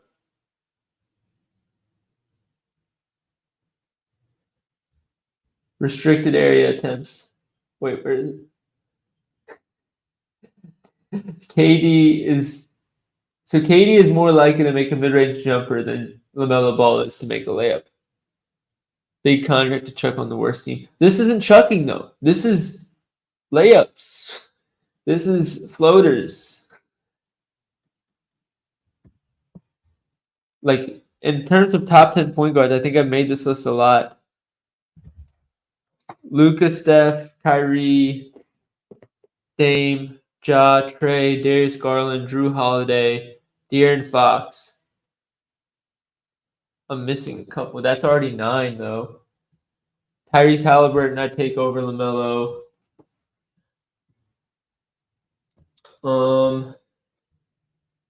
James Harden, I take over. That's close, actually. He's not ideal. Brunson, I take over. That one's also good. I think Brunson, Harden, and Jamal Murray, I take over LaMelo. That's a good one. That is a good one.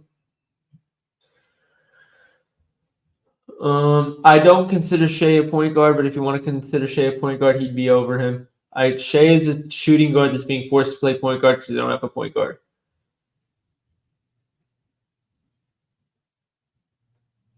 Yeah, I think so. We're looking at what 11 to 13 guys better than LaMelo. I think Darius Garland is 8. So I think Darius Garland is firmly ahead of LaMelo Ball. You'll take Giddey over LaMelo? Oh, that one's a little too far. I'd rather have LaMelo over Josh Giddey. Love Giddey, but he's not that kind of player. Any team totals I like? Honestly, I had not looked at team totals at all.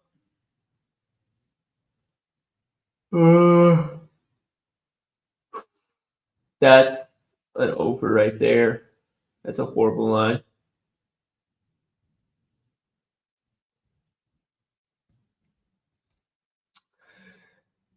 That's another over, but there's some bias.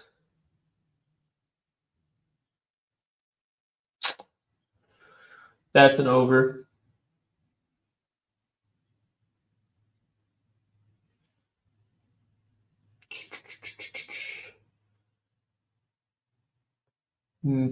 Maybe an under here. That's a really good line by the lines maker. I'm not going to lie. That's exactly where I put it.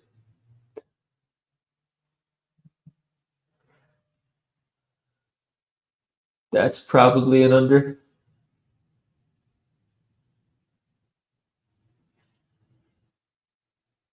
That's probably an under. That's probably an under. That is an over. Fade that. Whoa. Probably an under. Staying away from that one. Staying away from that one. Whoa, 24.5. Why? I guess they got rid of Porzingis, but they still got Poole, Tyus Jones, Kuzma. They have one other piece I really like. Oh, Avdija. Who's the other sharpshooter? God, I'm forgetting his name.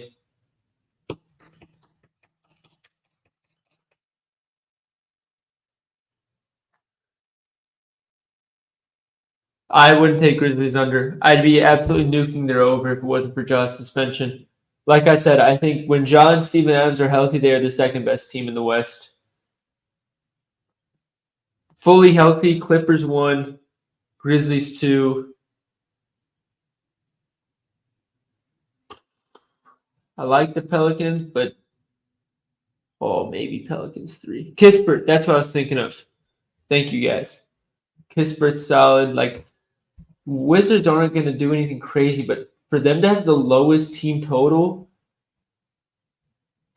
I don't think that's a good line. I think they go over that pretty easily, honestly. Probably Denver. I don't think Denver's defense. I don't know. I'm still kind of skeptical. Like in the playoffs, they played a Timberwolves team, which I didn't think was good.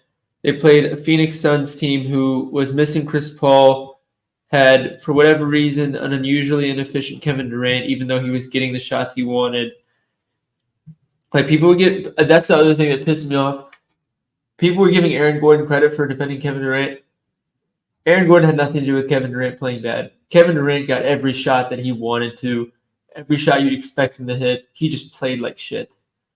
Aaron Gordon was not playing as good of defense as people were giving him credit for. I'm sorry. So they were able to cruise through the Suns because of that. And then who they play in the final? Okay, they had a good defensive showing against. Oh, they did lose Bruce Brown. Bruce Brown went to the Pacers, right? Oh, God, Pacers are gonna be an annoying team to bet on now that I think about it. No idea who's going to be getting the points. Kings 44.5. No, I think the Kings are due for a lot of regression. They were wildly efficient last year, like so unrealistically efficient.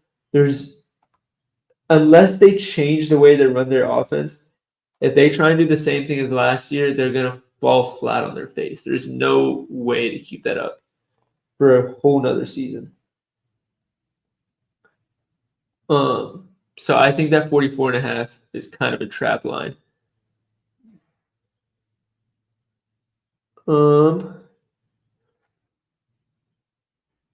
Monk and Herder can't replicate. Yeah, if the Kings end up being good again, I think it's going to be largely because of getting Keegan Murray involved more. I think Keegan Murray could be good. It just depends on how they want to use him. A lot of games are clutch. Fox had to clutch up in the fourth. And might I add, a lot of the games that he shouldn't have ever had to clutch up. Like I'm talking, I think there was like 2 games versus Spurs where they were down by like 9 going into the fourth. It's like, why are you losing to the Spurs in the first place? Like when the Spurs were actively trying to tank, it made no sense. Same with the Jazz games. It's just like, it's horrible.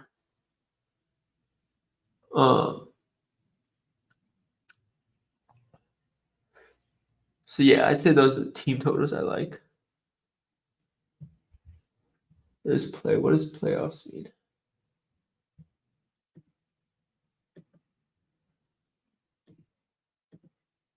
To make playoffs. Excuse me.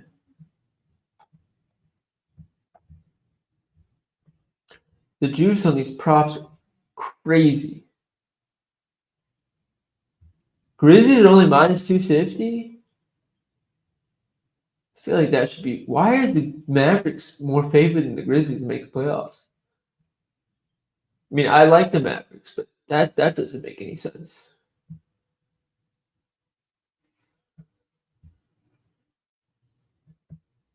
Why are the Timberwolves more favored? What?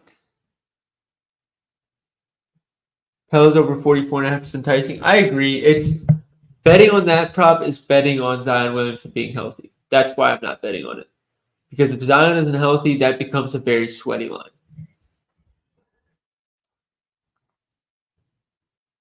Orlando Magic at plus 165 to make the playoffs is super tempting.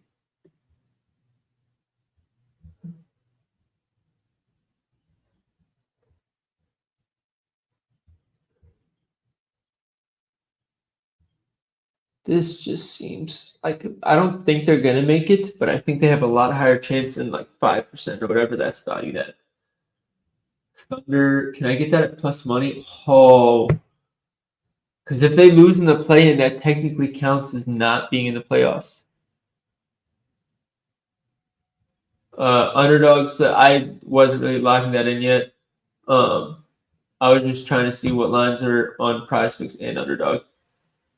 Let's see if Underdog has anything that isn't on PrizePicks though.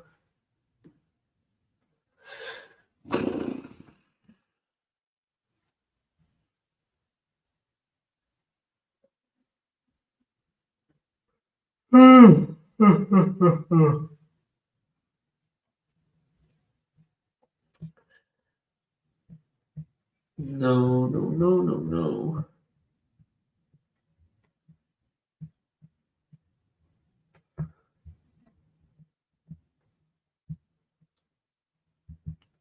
Honestly, this could be good because now they don't have Robert Williams. That could be tempting. These are both tempting. All 3 of these are tempting. This is well, actually, yeah. With Udoka as the coach now, I could see it. Could 100% see that.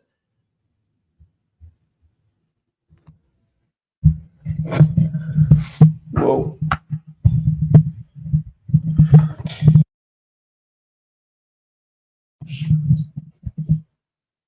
Sorry about that.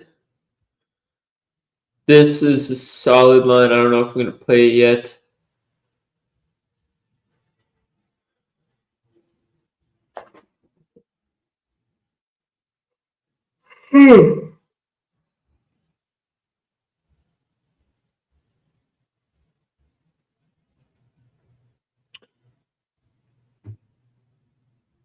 Yeah, Pool's higher on here, so I'd rather just take Pool on underdog.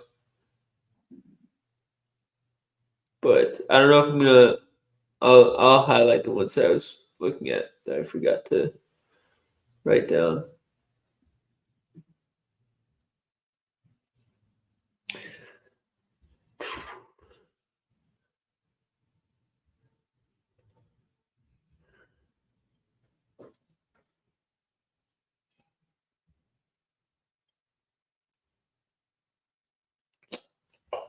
It's probably my favorite 5 on underdog right now.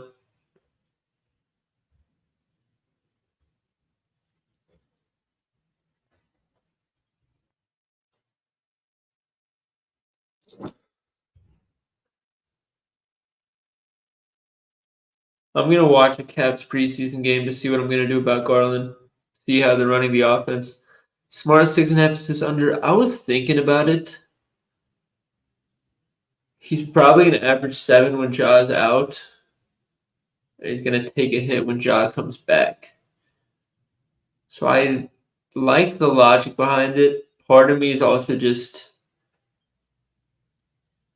I'm curious how they're gonna use him. Because they can use him off ball and on ball.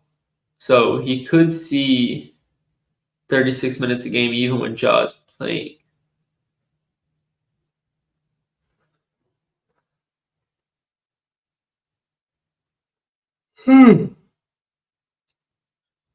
They're expecting career high from him. I mean, he's going to be in an offense without Jason Tatum and Jaylen Brown for 25 games at least. And even when Ja does come back, he's filling in for Tyus Jones.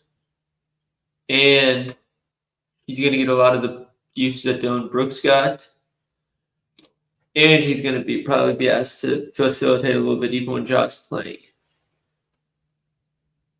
So I wouldn't be surprised if we got a career high from him. Not that the under still isn't a good look. I agree it's a good look. Just that I would understand if it missed. Bro is the math magician. Yeah, you guys like this math right here? Where was it? Here it is.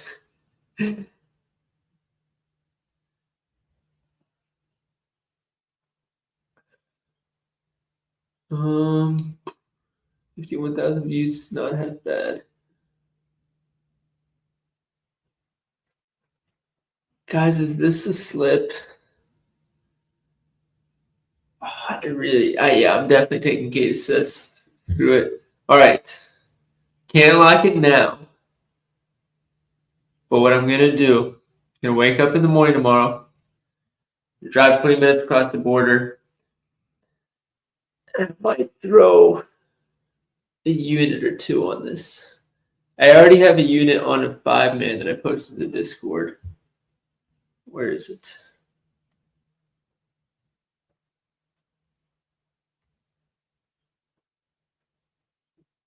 So my 5-man in the Discord, you can go to the NBA channel in the Discord. Bam under 9.4 rebounds. Scoot Henderson over 15.5 points per game. I took that before the Dame trade. That's super sharp. Wembanyama over 18.5 points per game. I still think that's going to hit. I don't care that it was bumped down. I'm just going to take the bump. Giannis, I took over 38.4 points per game before Dame was traded there, so that was tough. Jokic under 25.6 points. The only reason his line is that high is because of the playoffs. But if you paid any attention, he was not shooting. And this is not like, oh, now that he shot a lot in the playoffs, he's going to do it more. Historically, he shoots much less in regular season, and then once the playoffs start, he takes like 8 more shots per game. It's why we made so much money taking his overs at the entire playoffs. It's because it took the books like 3 rounds to finally adjust. So Jokic, his line is too high, 25.6 under. And lastly, I took Josh Giddey under 6.3 average assists. I think with Chet coming in, it's going to take some of the usage away. Shea's still going to get his, and he's going to have to be highly efficient with his assists, in my opinion. So I already have that posted, and then we're going to have these 4. I'm going to lock it in and post in the morning. Then when Mobley hopefully finally gets added to the board sometime within the last 2 weeks, I'm going to make a substantial 2-man with Jordan Poole and Evan Mobley. Actually, you know what? I can lock this in on DraftKings right now. Let's do that. Maybe I get better odds, actually. Player stats, points per game. Looking at Poole. Oh, it's higher on DraftKings now. I don't care. He's soaring. Wembanyama 17. Cade Cunning. Whoa, not good spelling. 6.2. What was the last one? Oh, 3-pointers made for Anthony Edwards. What are the odds looking like? Oh, that's so much better than Prize Picks. I'm just going to lock it in here. Do I want to take them all as individuals, or do I want to play it as a parlay, though?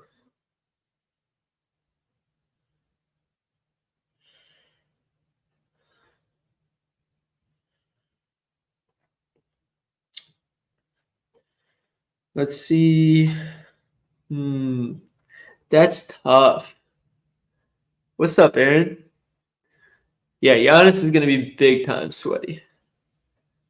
That Damian Lillard trade was very much bittersweet. Where's the NBA on here? Oh, player futures. Here we go. No, most assists per game. That's not what I want. Oh, here we go.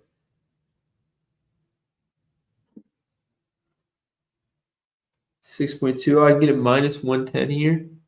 Oh, that's better. Oh, I can't get 3-pointers per game on this book, though. We'll make it work. I might just take them all as straights, honestly. I think that is more responsible. Or what I'll do, I'll play them all as straights for a unit and then lock in the parlay for half a unit just for some fun. Donovan Mitchell average points per game is 28 here. Wembanyama 17.0. Give me that. Do they not have Jordan Poole on here? Are you kidding me? No chance. I need a Jordan Poole. This is a joke. Come on, Hard Rock Bets. We got to be better than this. We got to be better than this. That's disappointing. We can take that. So we have to take Edwards and Poole.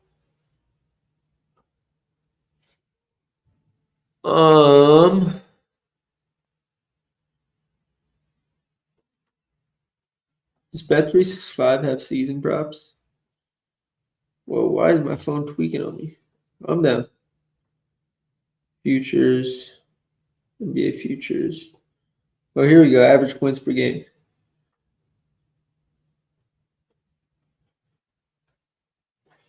Oh, what's going on here? Bro, these books are afraid of Jordan Poole. Oh, my God. Just let me donate. What about, can I do 3-pointers per game? No, they won't let me do that either. This is annoying. I paired Poole over 24.4 points with Gobert over 11.6 rebounds a week ago. Yep, I do still like that. So, yeah, you can add Gobert rebounds as a 5th leg if you want that. Stanford 99 legacy yard.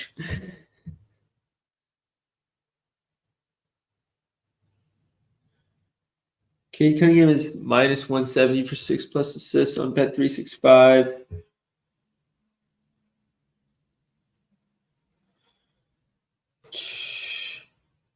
How much money do I have in my DraftKings account?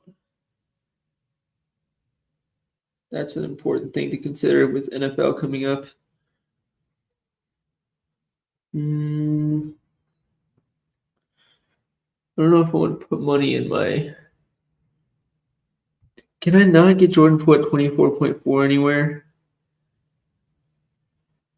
That's super annoying if that's the case.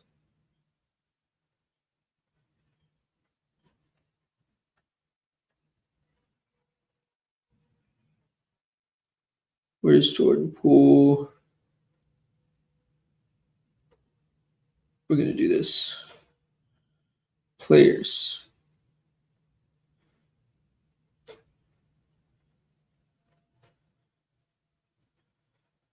Pickett causes problems sometimes. Like if I look up Jordan Poole, I should not be seeing Jordan Davis on this list. I can't even find Jordan Poole.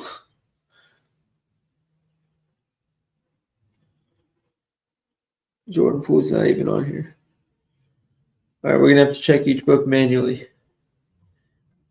Let's check BetMGM.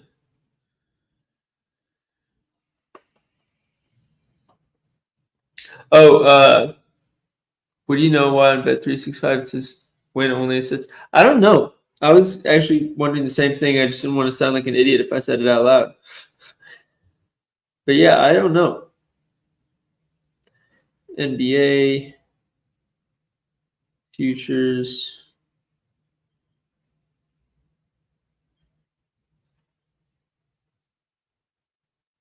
Okay, nothing on BetMGM. That's annoying.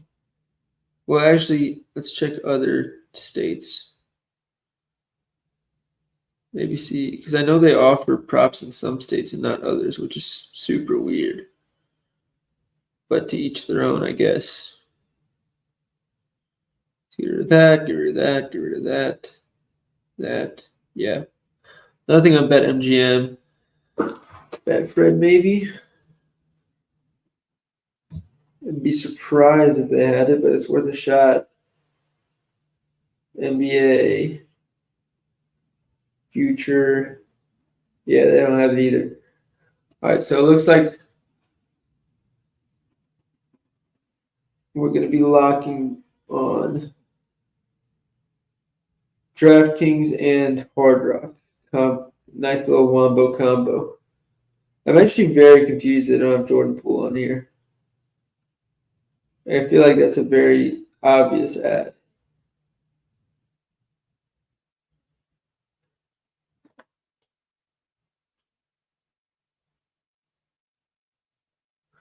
What is FanDuel's odds for Jordan Poole again?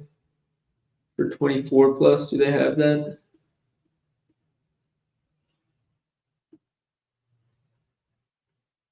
Oh, minus 145. Okay, FanDuel. Okay. Interesting.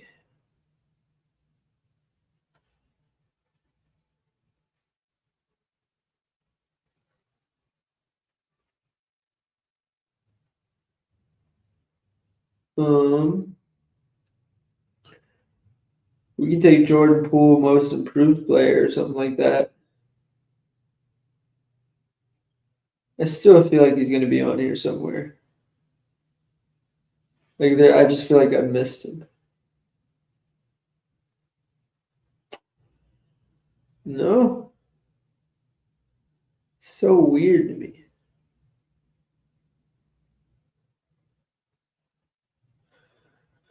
All right, well, I'll log these in on Hard Rock for now.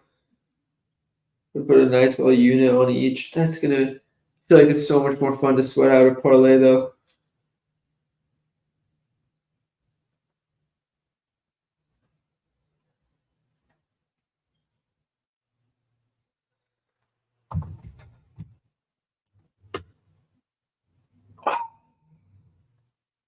Yeah, we'll put a unit on each and half a unit on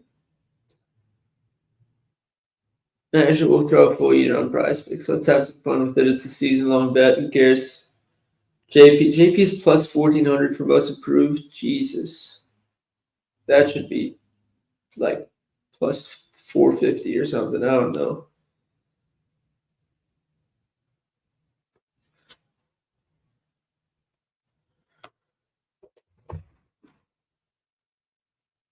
All right, let's go ahead and lock this in. We're putting $110, 1.1 units on Cade, 6.2 assists, Wemby, 17 points.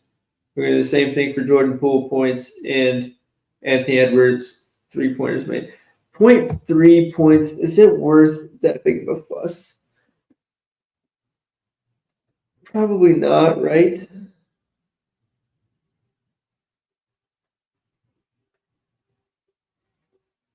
Oh, Colorado went to overtime. Oh my god, dude. How?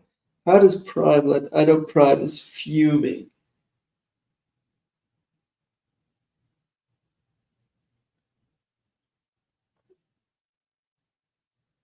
Alright, I just locked. Let's go on DraftKings. Lock in on there for Jordan Poole and Anthony Edwards.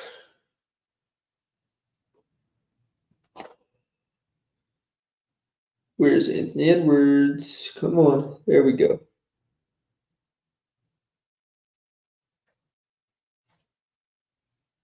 And points per game, Jordan Poole. If Jordan Poole's bumped by morning, then I know one of you watching works for Prize Picks because I'm going to be pissed.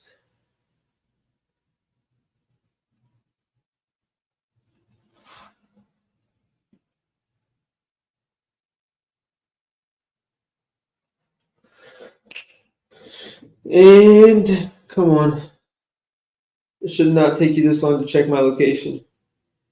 I make a bet from basically the same exact spot in the world every time I make a bet. Yo! DraftKings, what are we doing? We get a nice little 3-hour live stream. I hope you guys are having fun. I still have to record videos for tomorrow. Oh, God. All right, Prize Picks, or not Prize Picks, DraftKings doesn't want me to make this bet. That means it's definitely hitting. Yeah, this is getting a bit frustrating.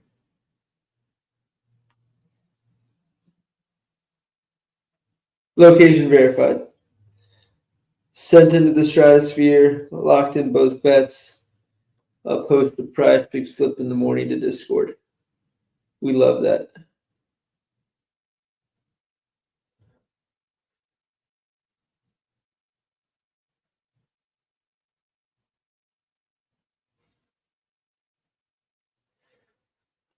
All right.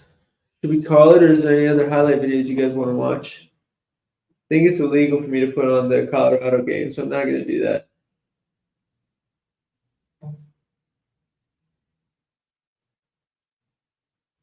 We just keep watching Darius Garland, honestly. There we go, Darius.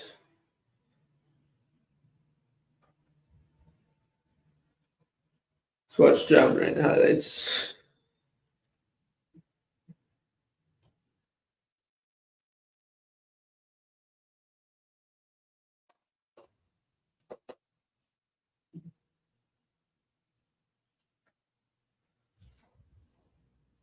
You guys want SGA highlights? I feel like SGA isn't as great for highlights. I think he's just watch him get a bucket. Like he's not as flashy as Ja.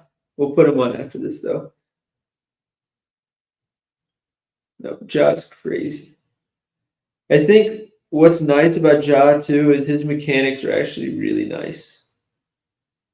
Like with the way a lot of guys jump and land, that's why you worry about their knees. But he's pretty good about it.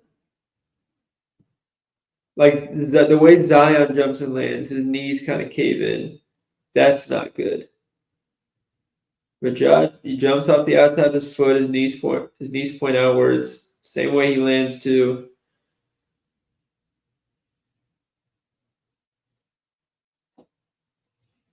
That's so nifty, dude. To do that move in traffic with Jokic trailing on his hip is actually so bold. Like, I don't think people realize if Ja gets a consistent 3-point jumper, then like he's probably the best guard in the league. He's flashy, he can jump, he's actually a very underrated facilitator. He can do that. He can one of the better rebounding guards. I mean, his defense isn't great, but let's not act like we're praising Luka Doncic for his rebounds. Or not his rebounds, his defense.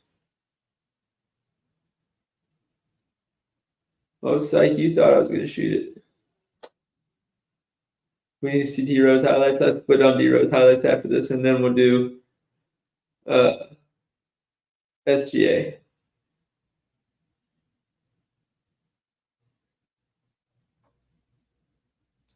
Ja's finishing is probably second best in the league behind Kyrie. I think the fact that he can dunk as well as he does provides so much more of a threat, because if he goes up high, he can easily just switch in the air and get a nice little spin off the back. Like, it makes his finishing game so much more versatile than any other guard in the league. I miss NBA, man. I can't wait.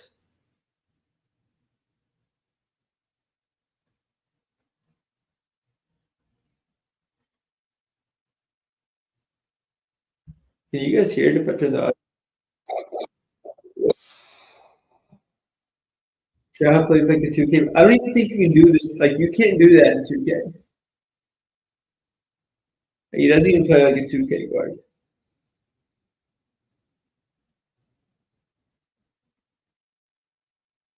That's so tough. That's the other thing. It feels like whenever, Jesus Christ. Ja actually steps up to big moments too, which is actually like, I feel like we don't say that enough. We always ridicule players for not showing up in big moments, but I feel like we don't give them enough credit when they do.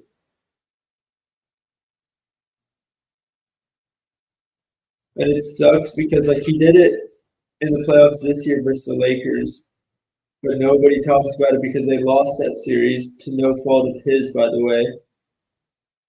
And then, uh, oh my God, he did it versus the Warriors too, but then got injured. They probably win that series if it's not for his injury. But he stepped up great in that game. So it's just, I think they're being so strict on his off the court stuff too, because it's see ya. Like, I understood the first suspension. I really understood the first suspension, and I had no complaints there. The second one was ridiculous. Like, the second one, he doesn't get suspended if it wasn't for the first one, and I don't think that's fair. That's crazy.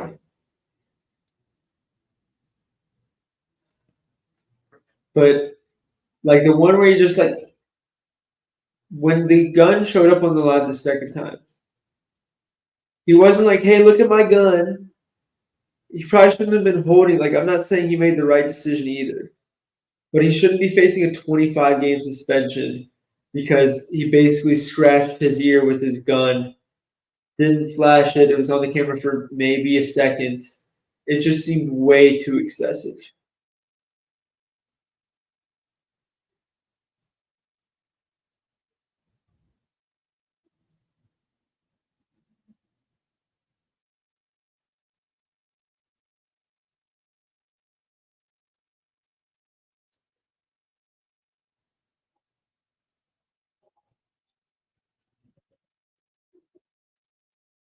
It's just so easy for him.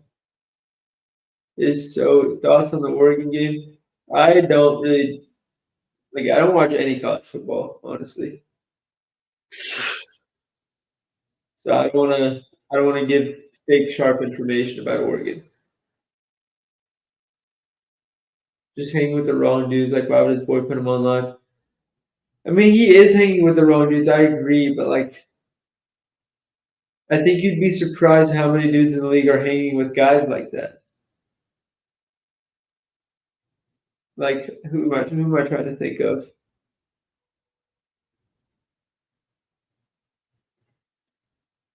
Jeez.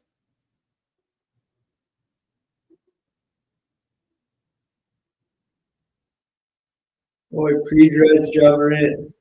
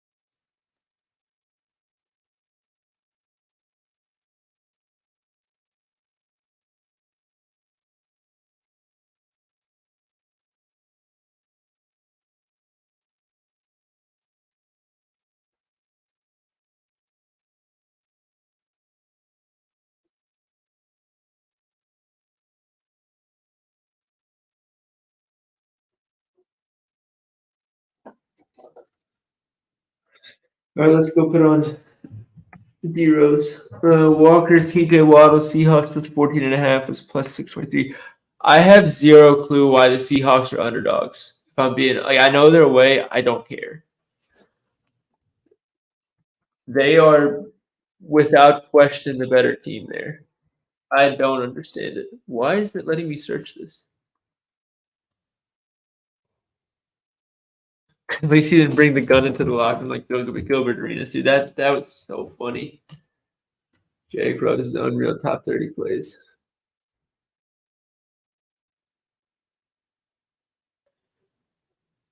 I think we're gonna watch this SJ and then I'm gonna call it.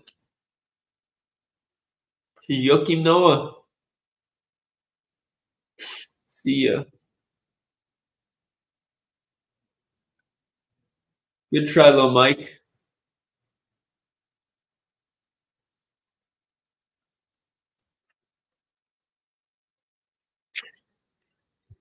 Hot take. Ja Morant is better than Derrick Rose was. I think the Derrick Rose is a lot of nostalgia, but I don't think there's anything that Derrick Rose was doing that Ja Morant can't do. I think there's a lot of stuff Ja Morant is doing now that Derrick Rose couldn't do. I'll just say that.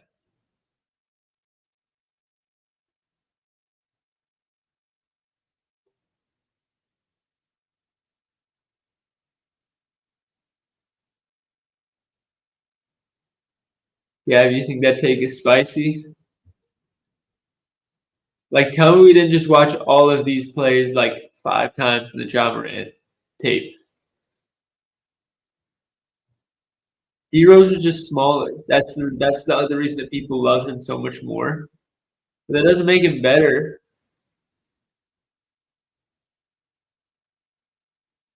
It might be more impressive, but if you're making a team, I think you'd still rather have John Morant's uh, build and capabilities over Derrick Rose.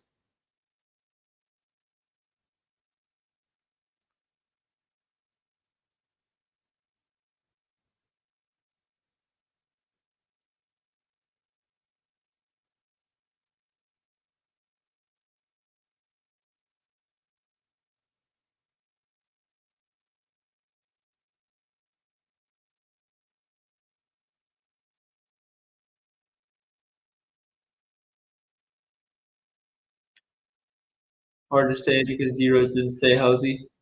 Yeah, but I'm just basing it off of what we saw from D Rose.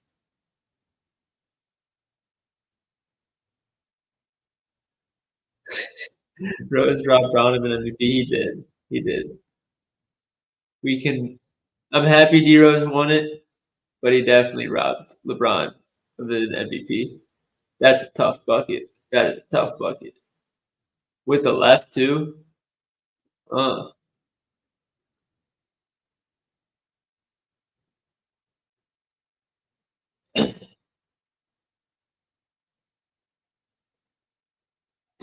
where is he going?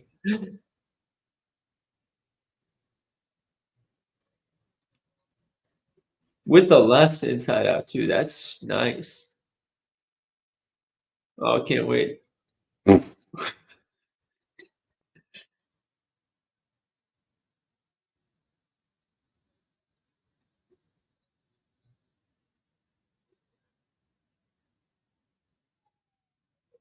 Need the Nate Robinson. I was just thinking about Nate Robinson. I was gonna say I was just thinking in my head, Derrick Rose is like a more explosive Nate Robinson and Isaiah Thomas. And the fact that those guys really like the stuff that they were doing was not that special. It was just because they were so short that everybody was like so in awe of them.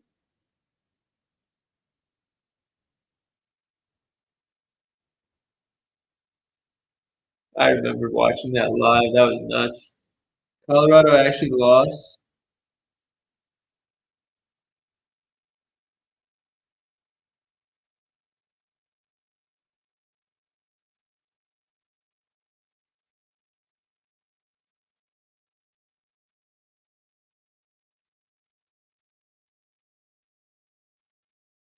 Colorado lose. What happened?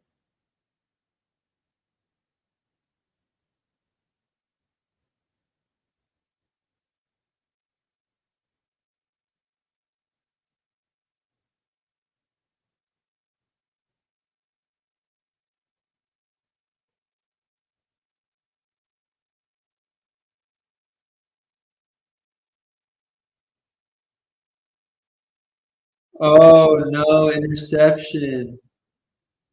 Oh God, that's tough.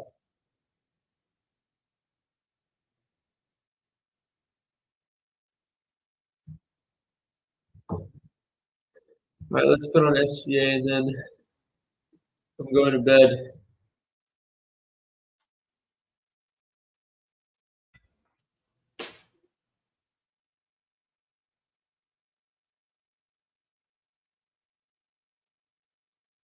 31-yard field goal bang for Colorado.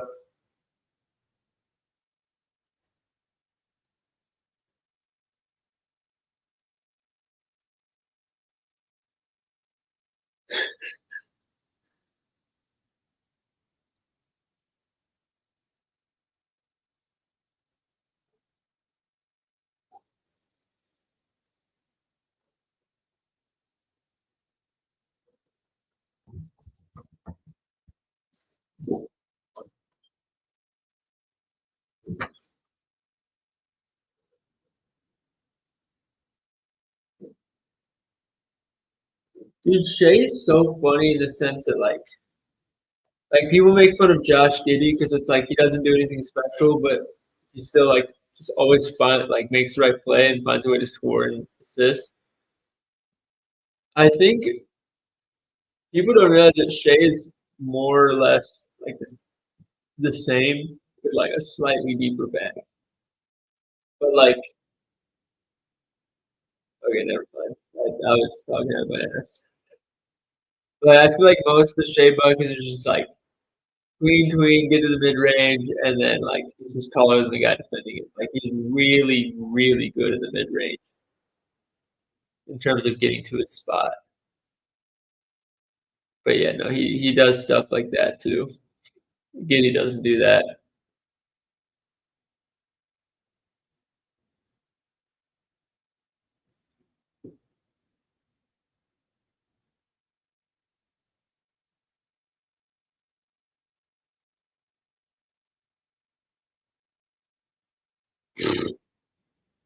That's the for those that don't know, there's a Shea Gilgeous-Alexander system. Anytime he's playing a team that's top 10 in both, or a team that's top 10 against free throw attempt, free throw frequency against, and pick and roll and ISO. That's the system. I think last year I found the system and it was like he'd only missed one game all season against one of those teams.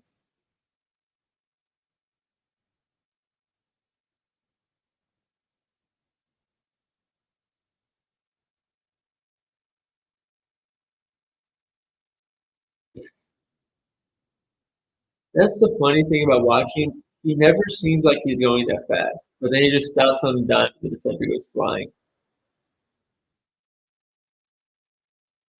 Like that didn't even seem like an aggressive stop, but it was. His body control is just out of this world.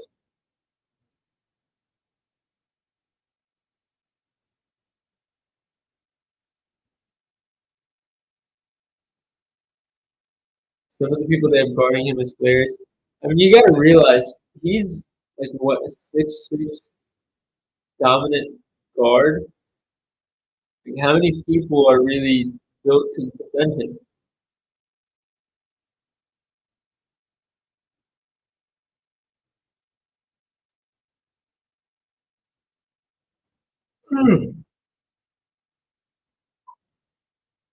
Yeah, Christian Wood is great defense, but Josh Hart is a good defender. Doesn't matter. You think that's a foul? It's not a foul.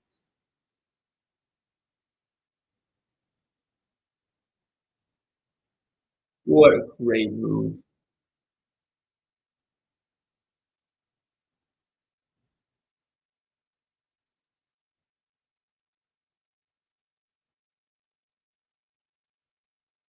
Just feel that defender and spin off them. Kirby gave him a really tough game. Yeah, players like that are the only ones that really have a chance. How many game winners last year? There was a lot of game winners last year.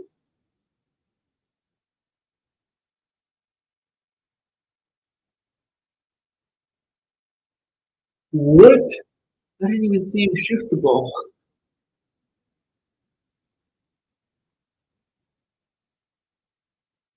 Terry Rozier, yeah, nice try, but love you, Terry, but that was suicide from the start. See ya. Oh my god! Oh my god! That's the other thing. Like sometimes he just does like random stuff. You're like, where did that come from? Like that was the last thing you were expecting to do.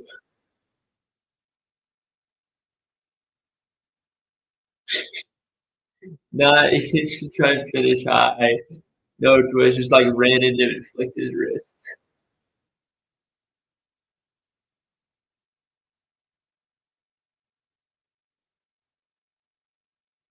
Like there's a lot of stuff he does you can't practice. It is just purely instincts, which is like the hardest thing to defend. It's like the same thing as Tyree.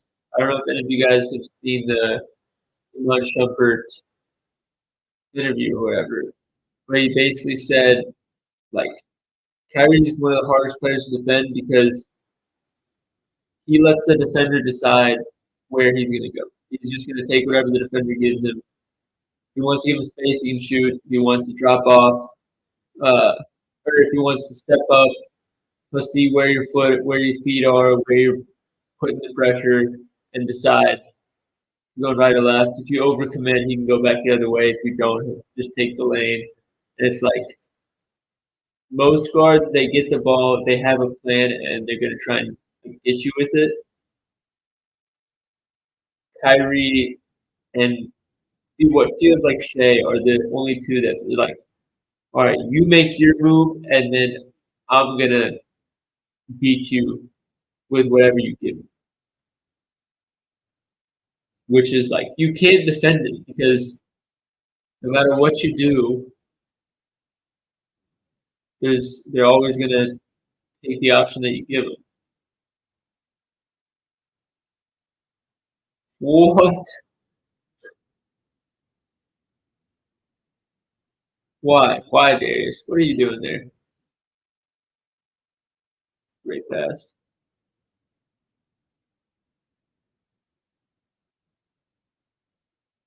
Isaac's a good defender, man.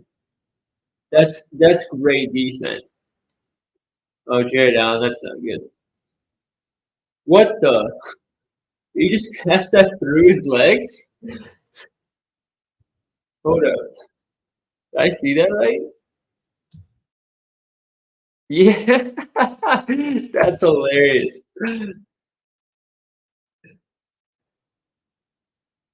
Just saw the highlight that dude's a dog. Who are we talking about?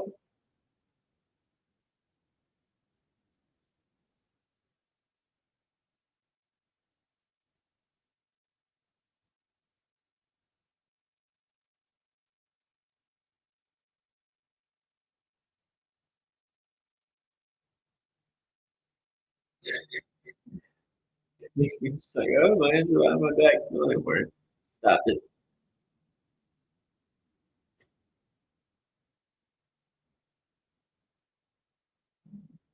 But you're not practicing that. I'm sorry. Sometimes you're just a bucket. That's it. That's a tough move.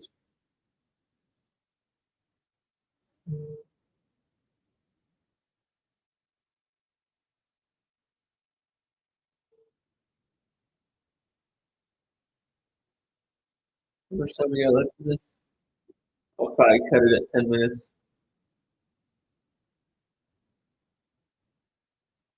Get out and run, boys.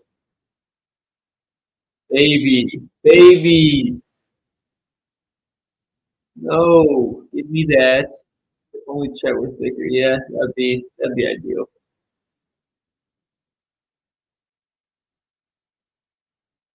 They were running. They were running. Get behind me. Clay Thompson, yeah, you're a little too slow for that one.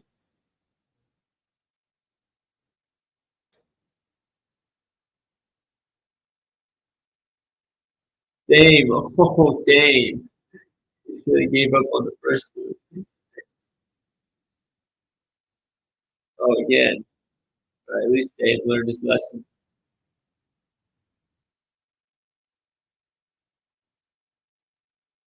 And Grant, if you want. Oh, oh, they were running. Oh, pass. Oh my God.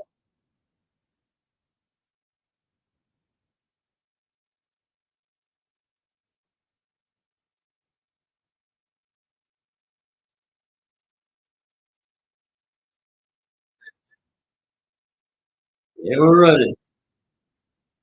Get back to it. There we go. That's good basketball. Big man behind the back. Okay. A cross, step back. Oh, he's always got one extra. They were running.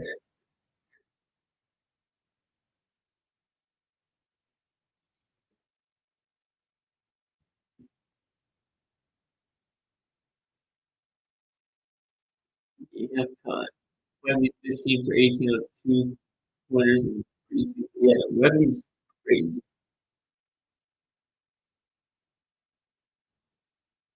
Oh, you thought you had a layup. Good try. Step back. Okay. Oh, oh,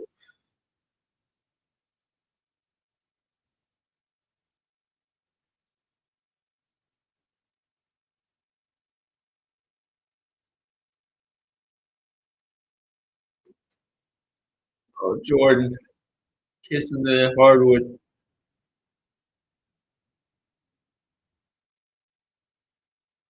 Oh, bye bye.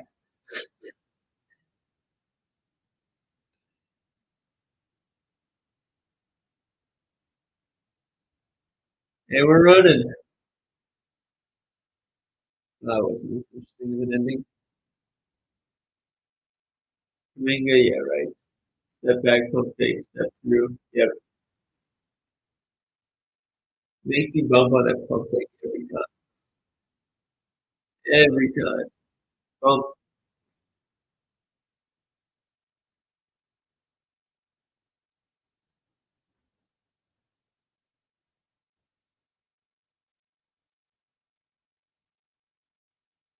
Lou Dort. Probably his first made three of the game on his 8th attempt. No, I'm just kidding. I love Lou Dort. Just messing around.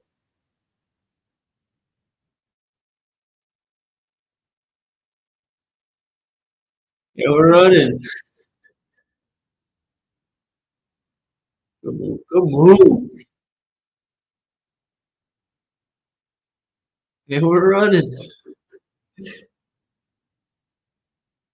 Yeah. All right. That is 2 minutes. Yeah, we're running.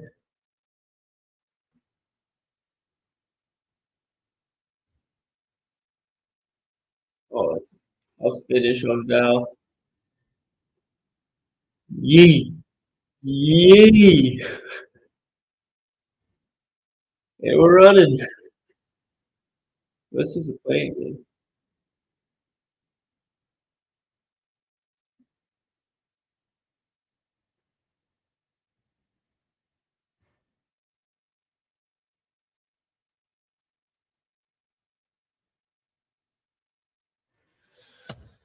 All right.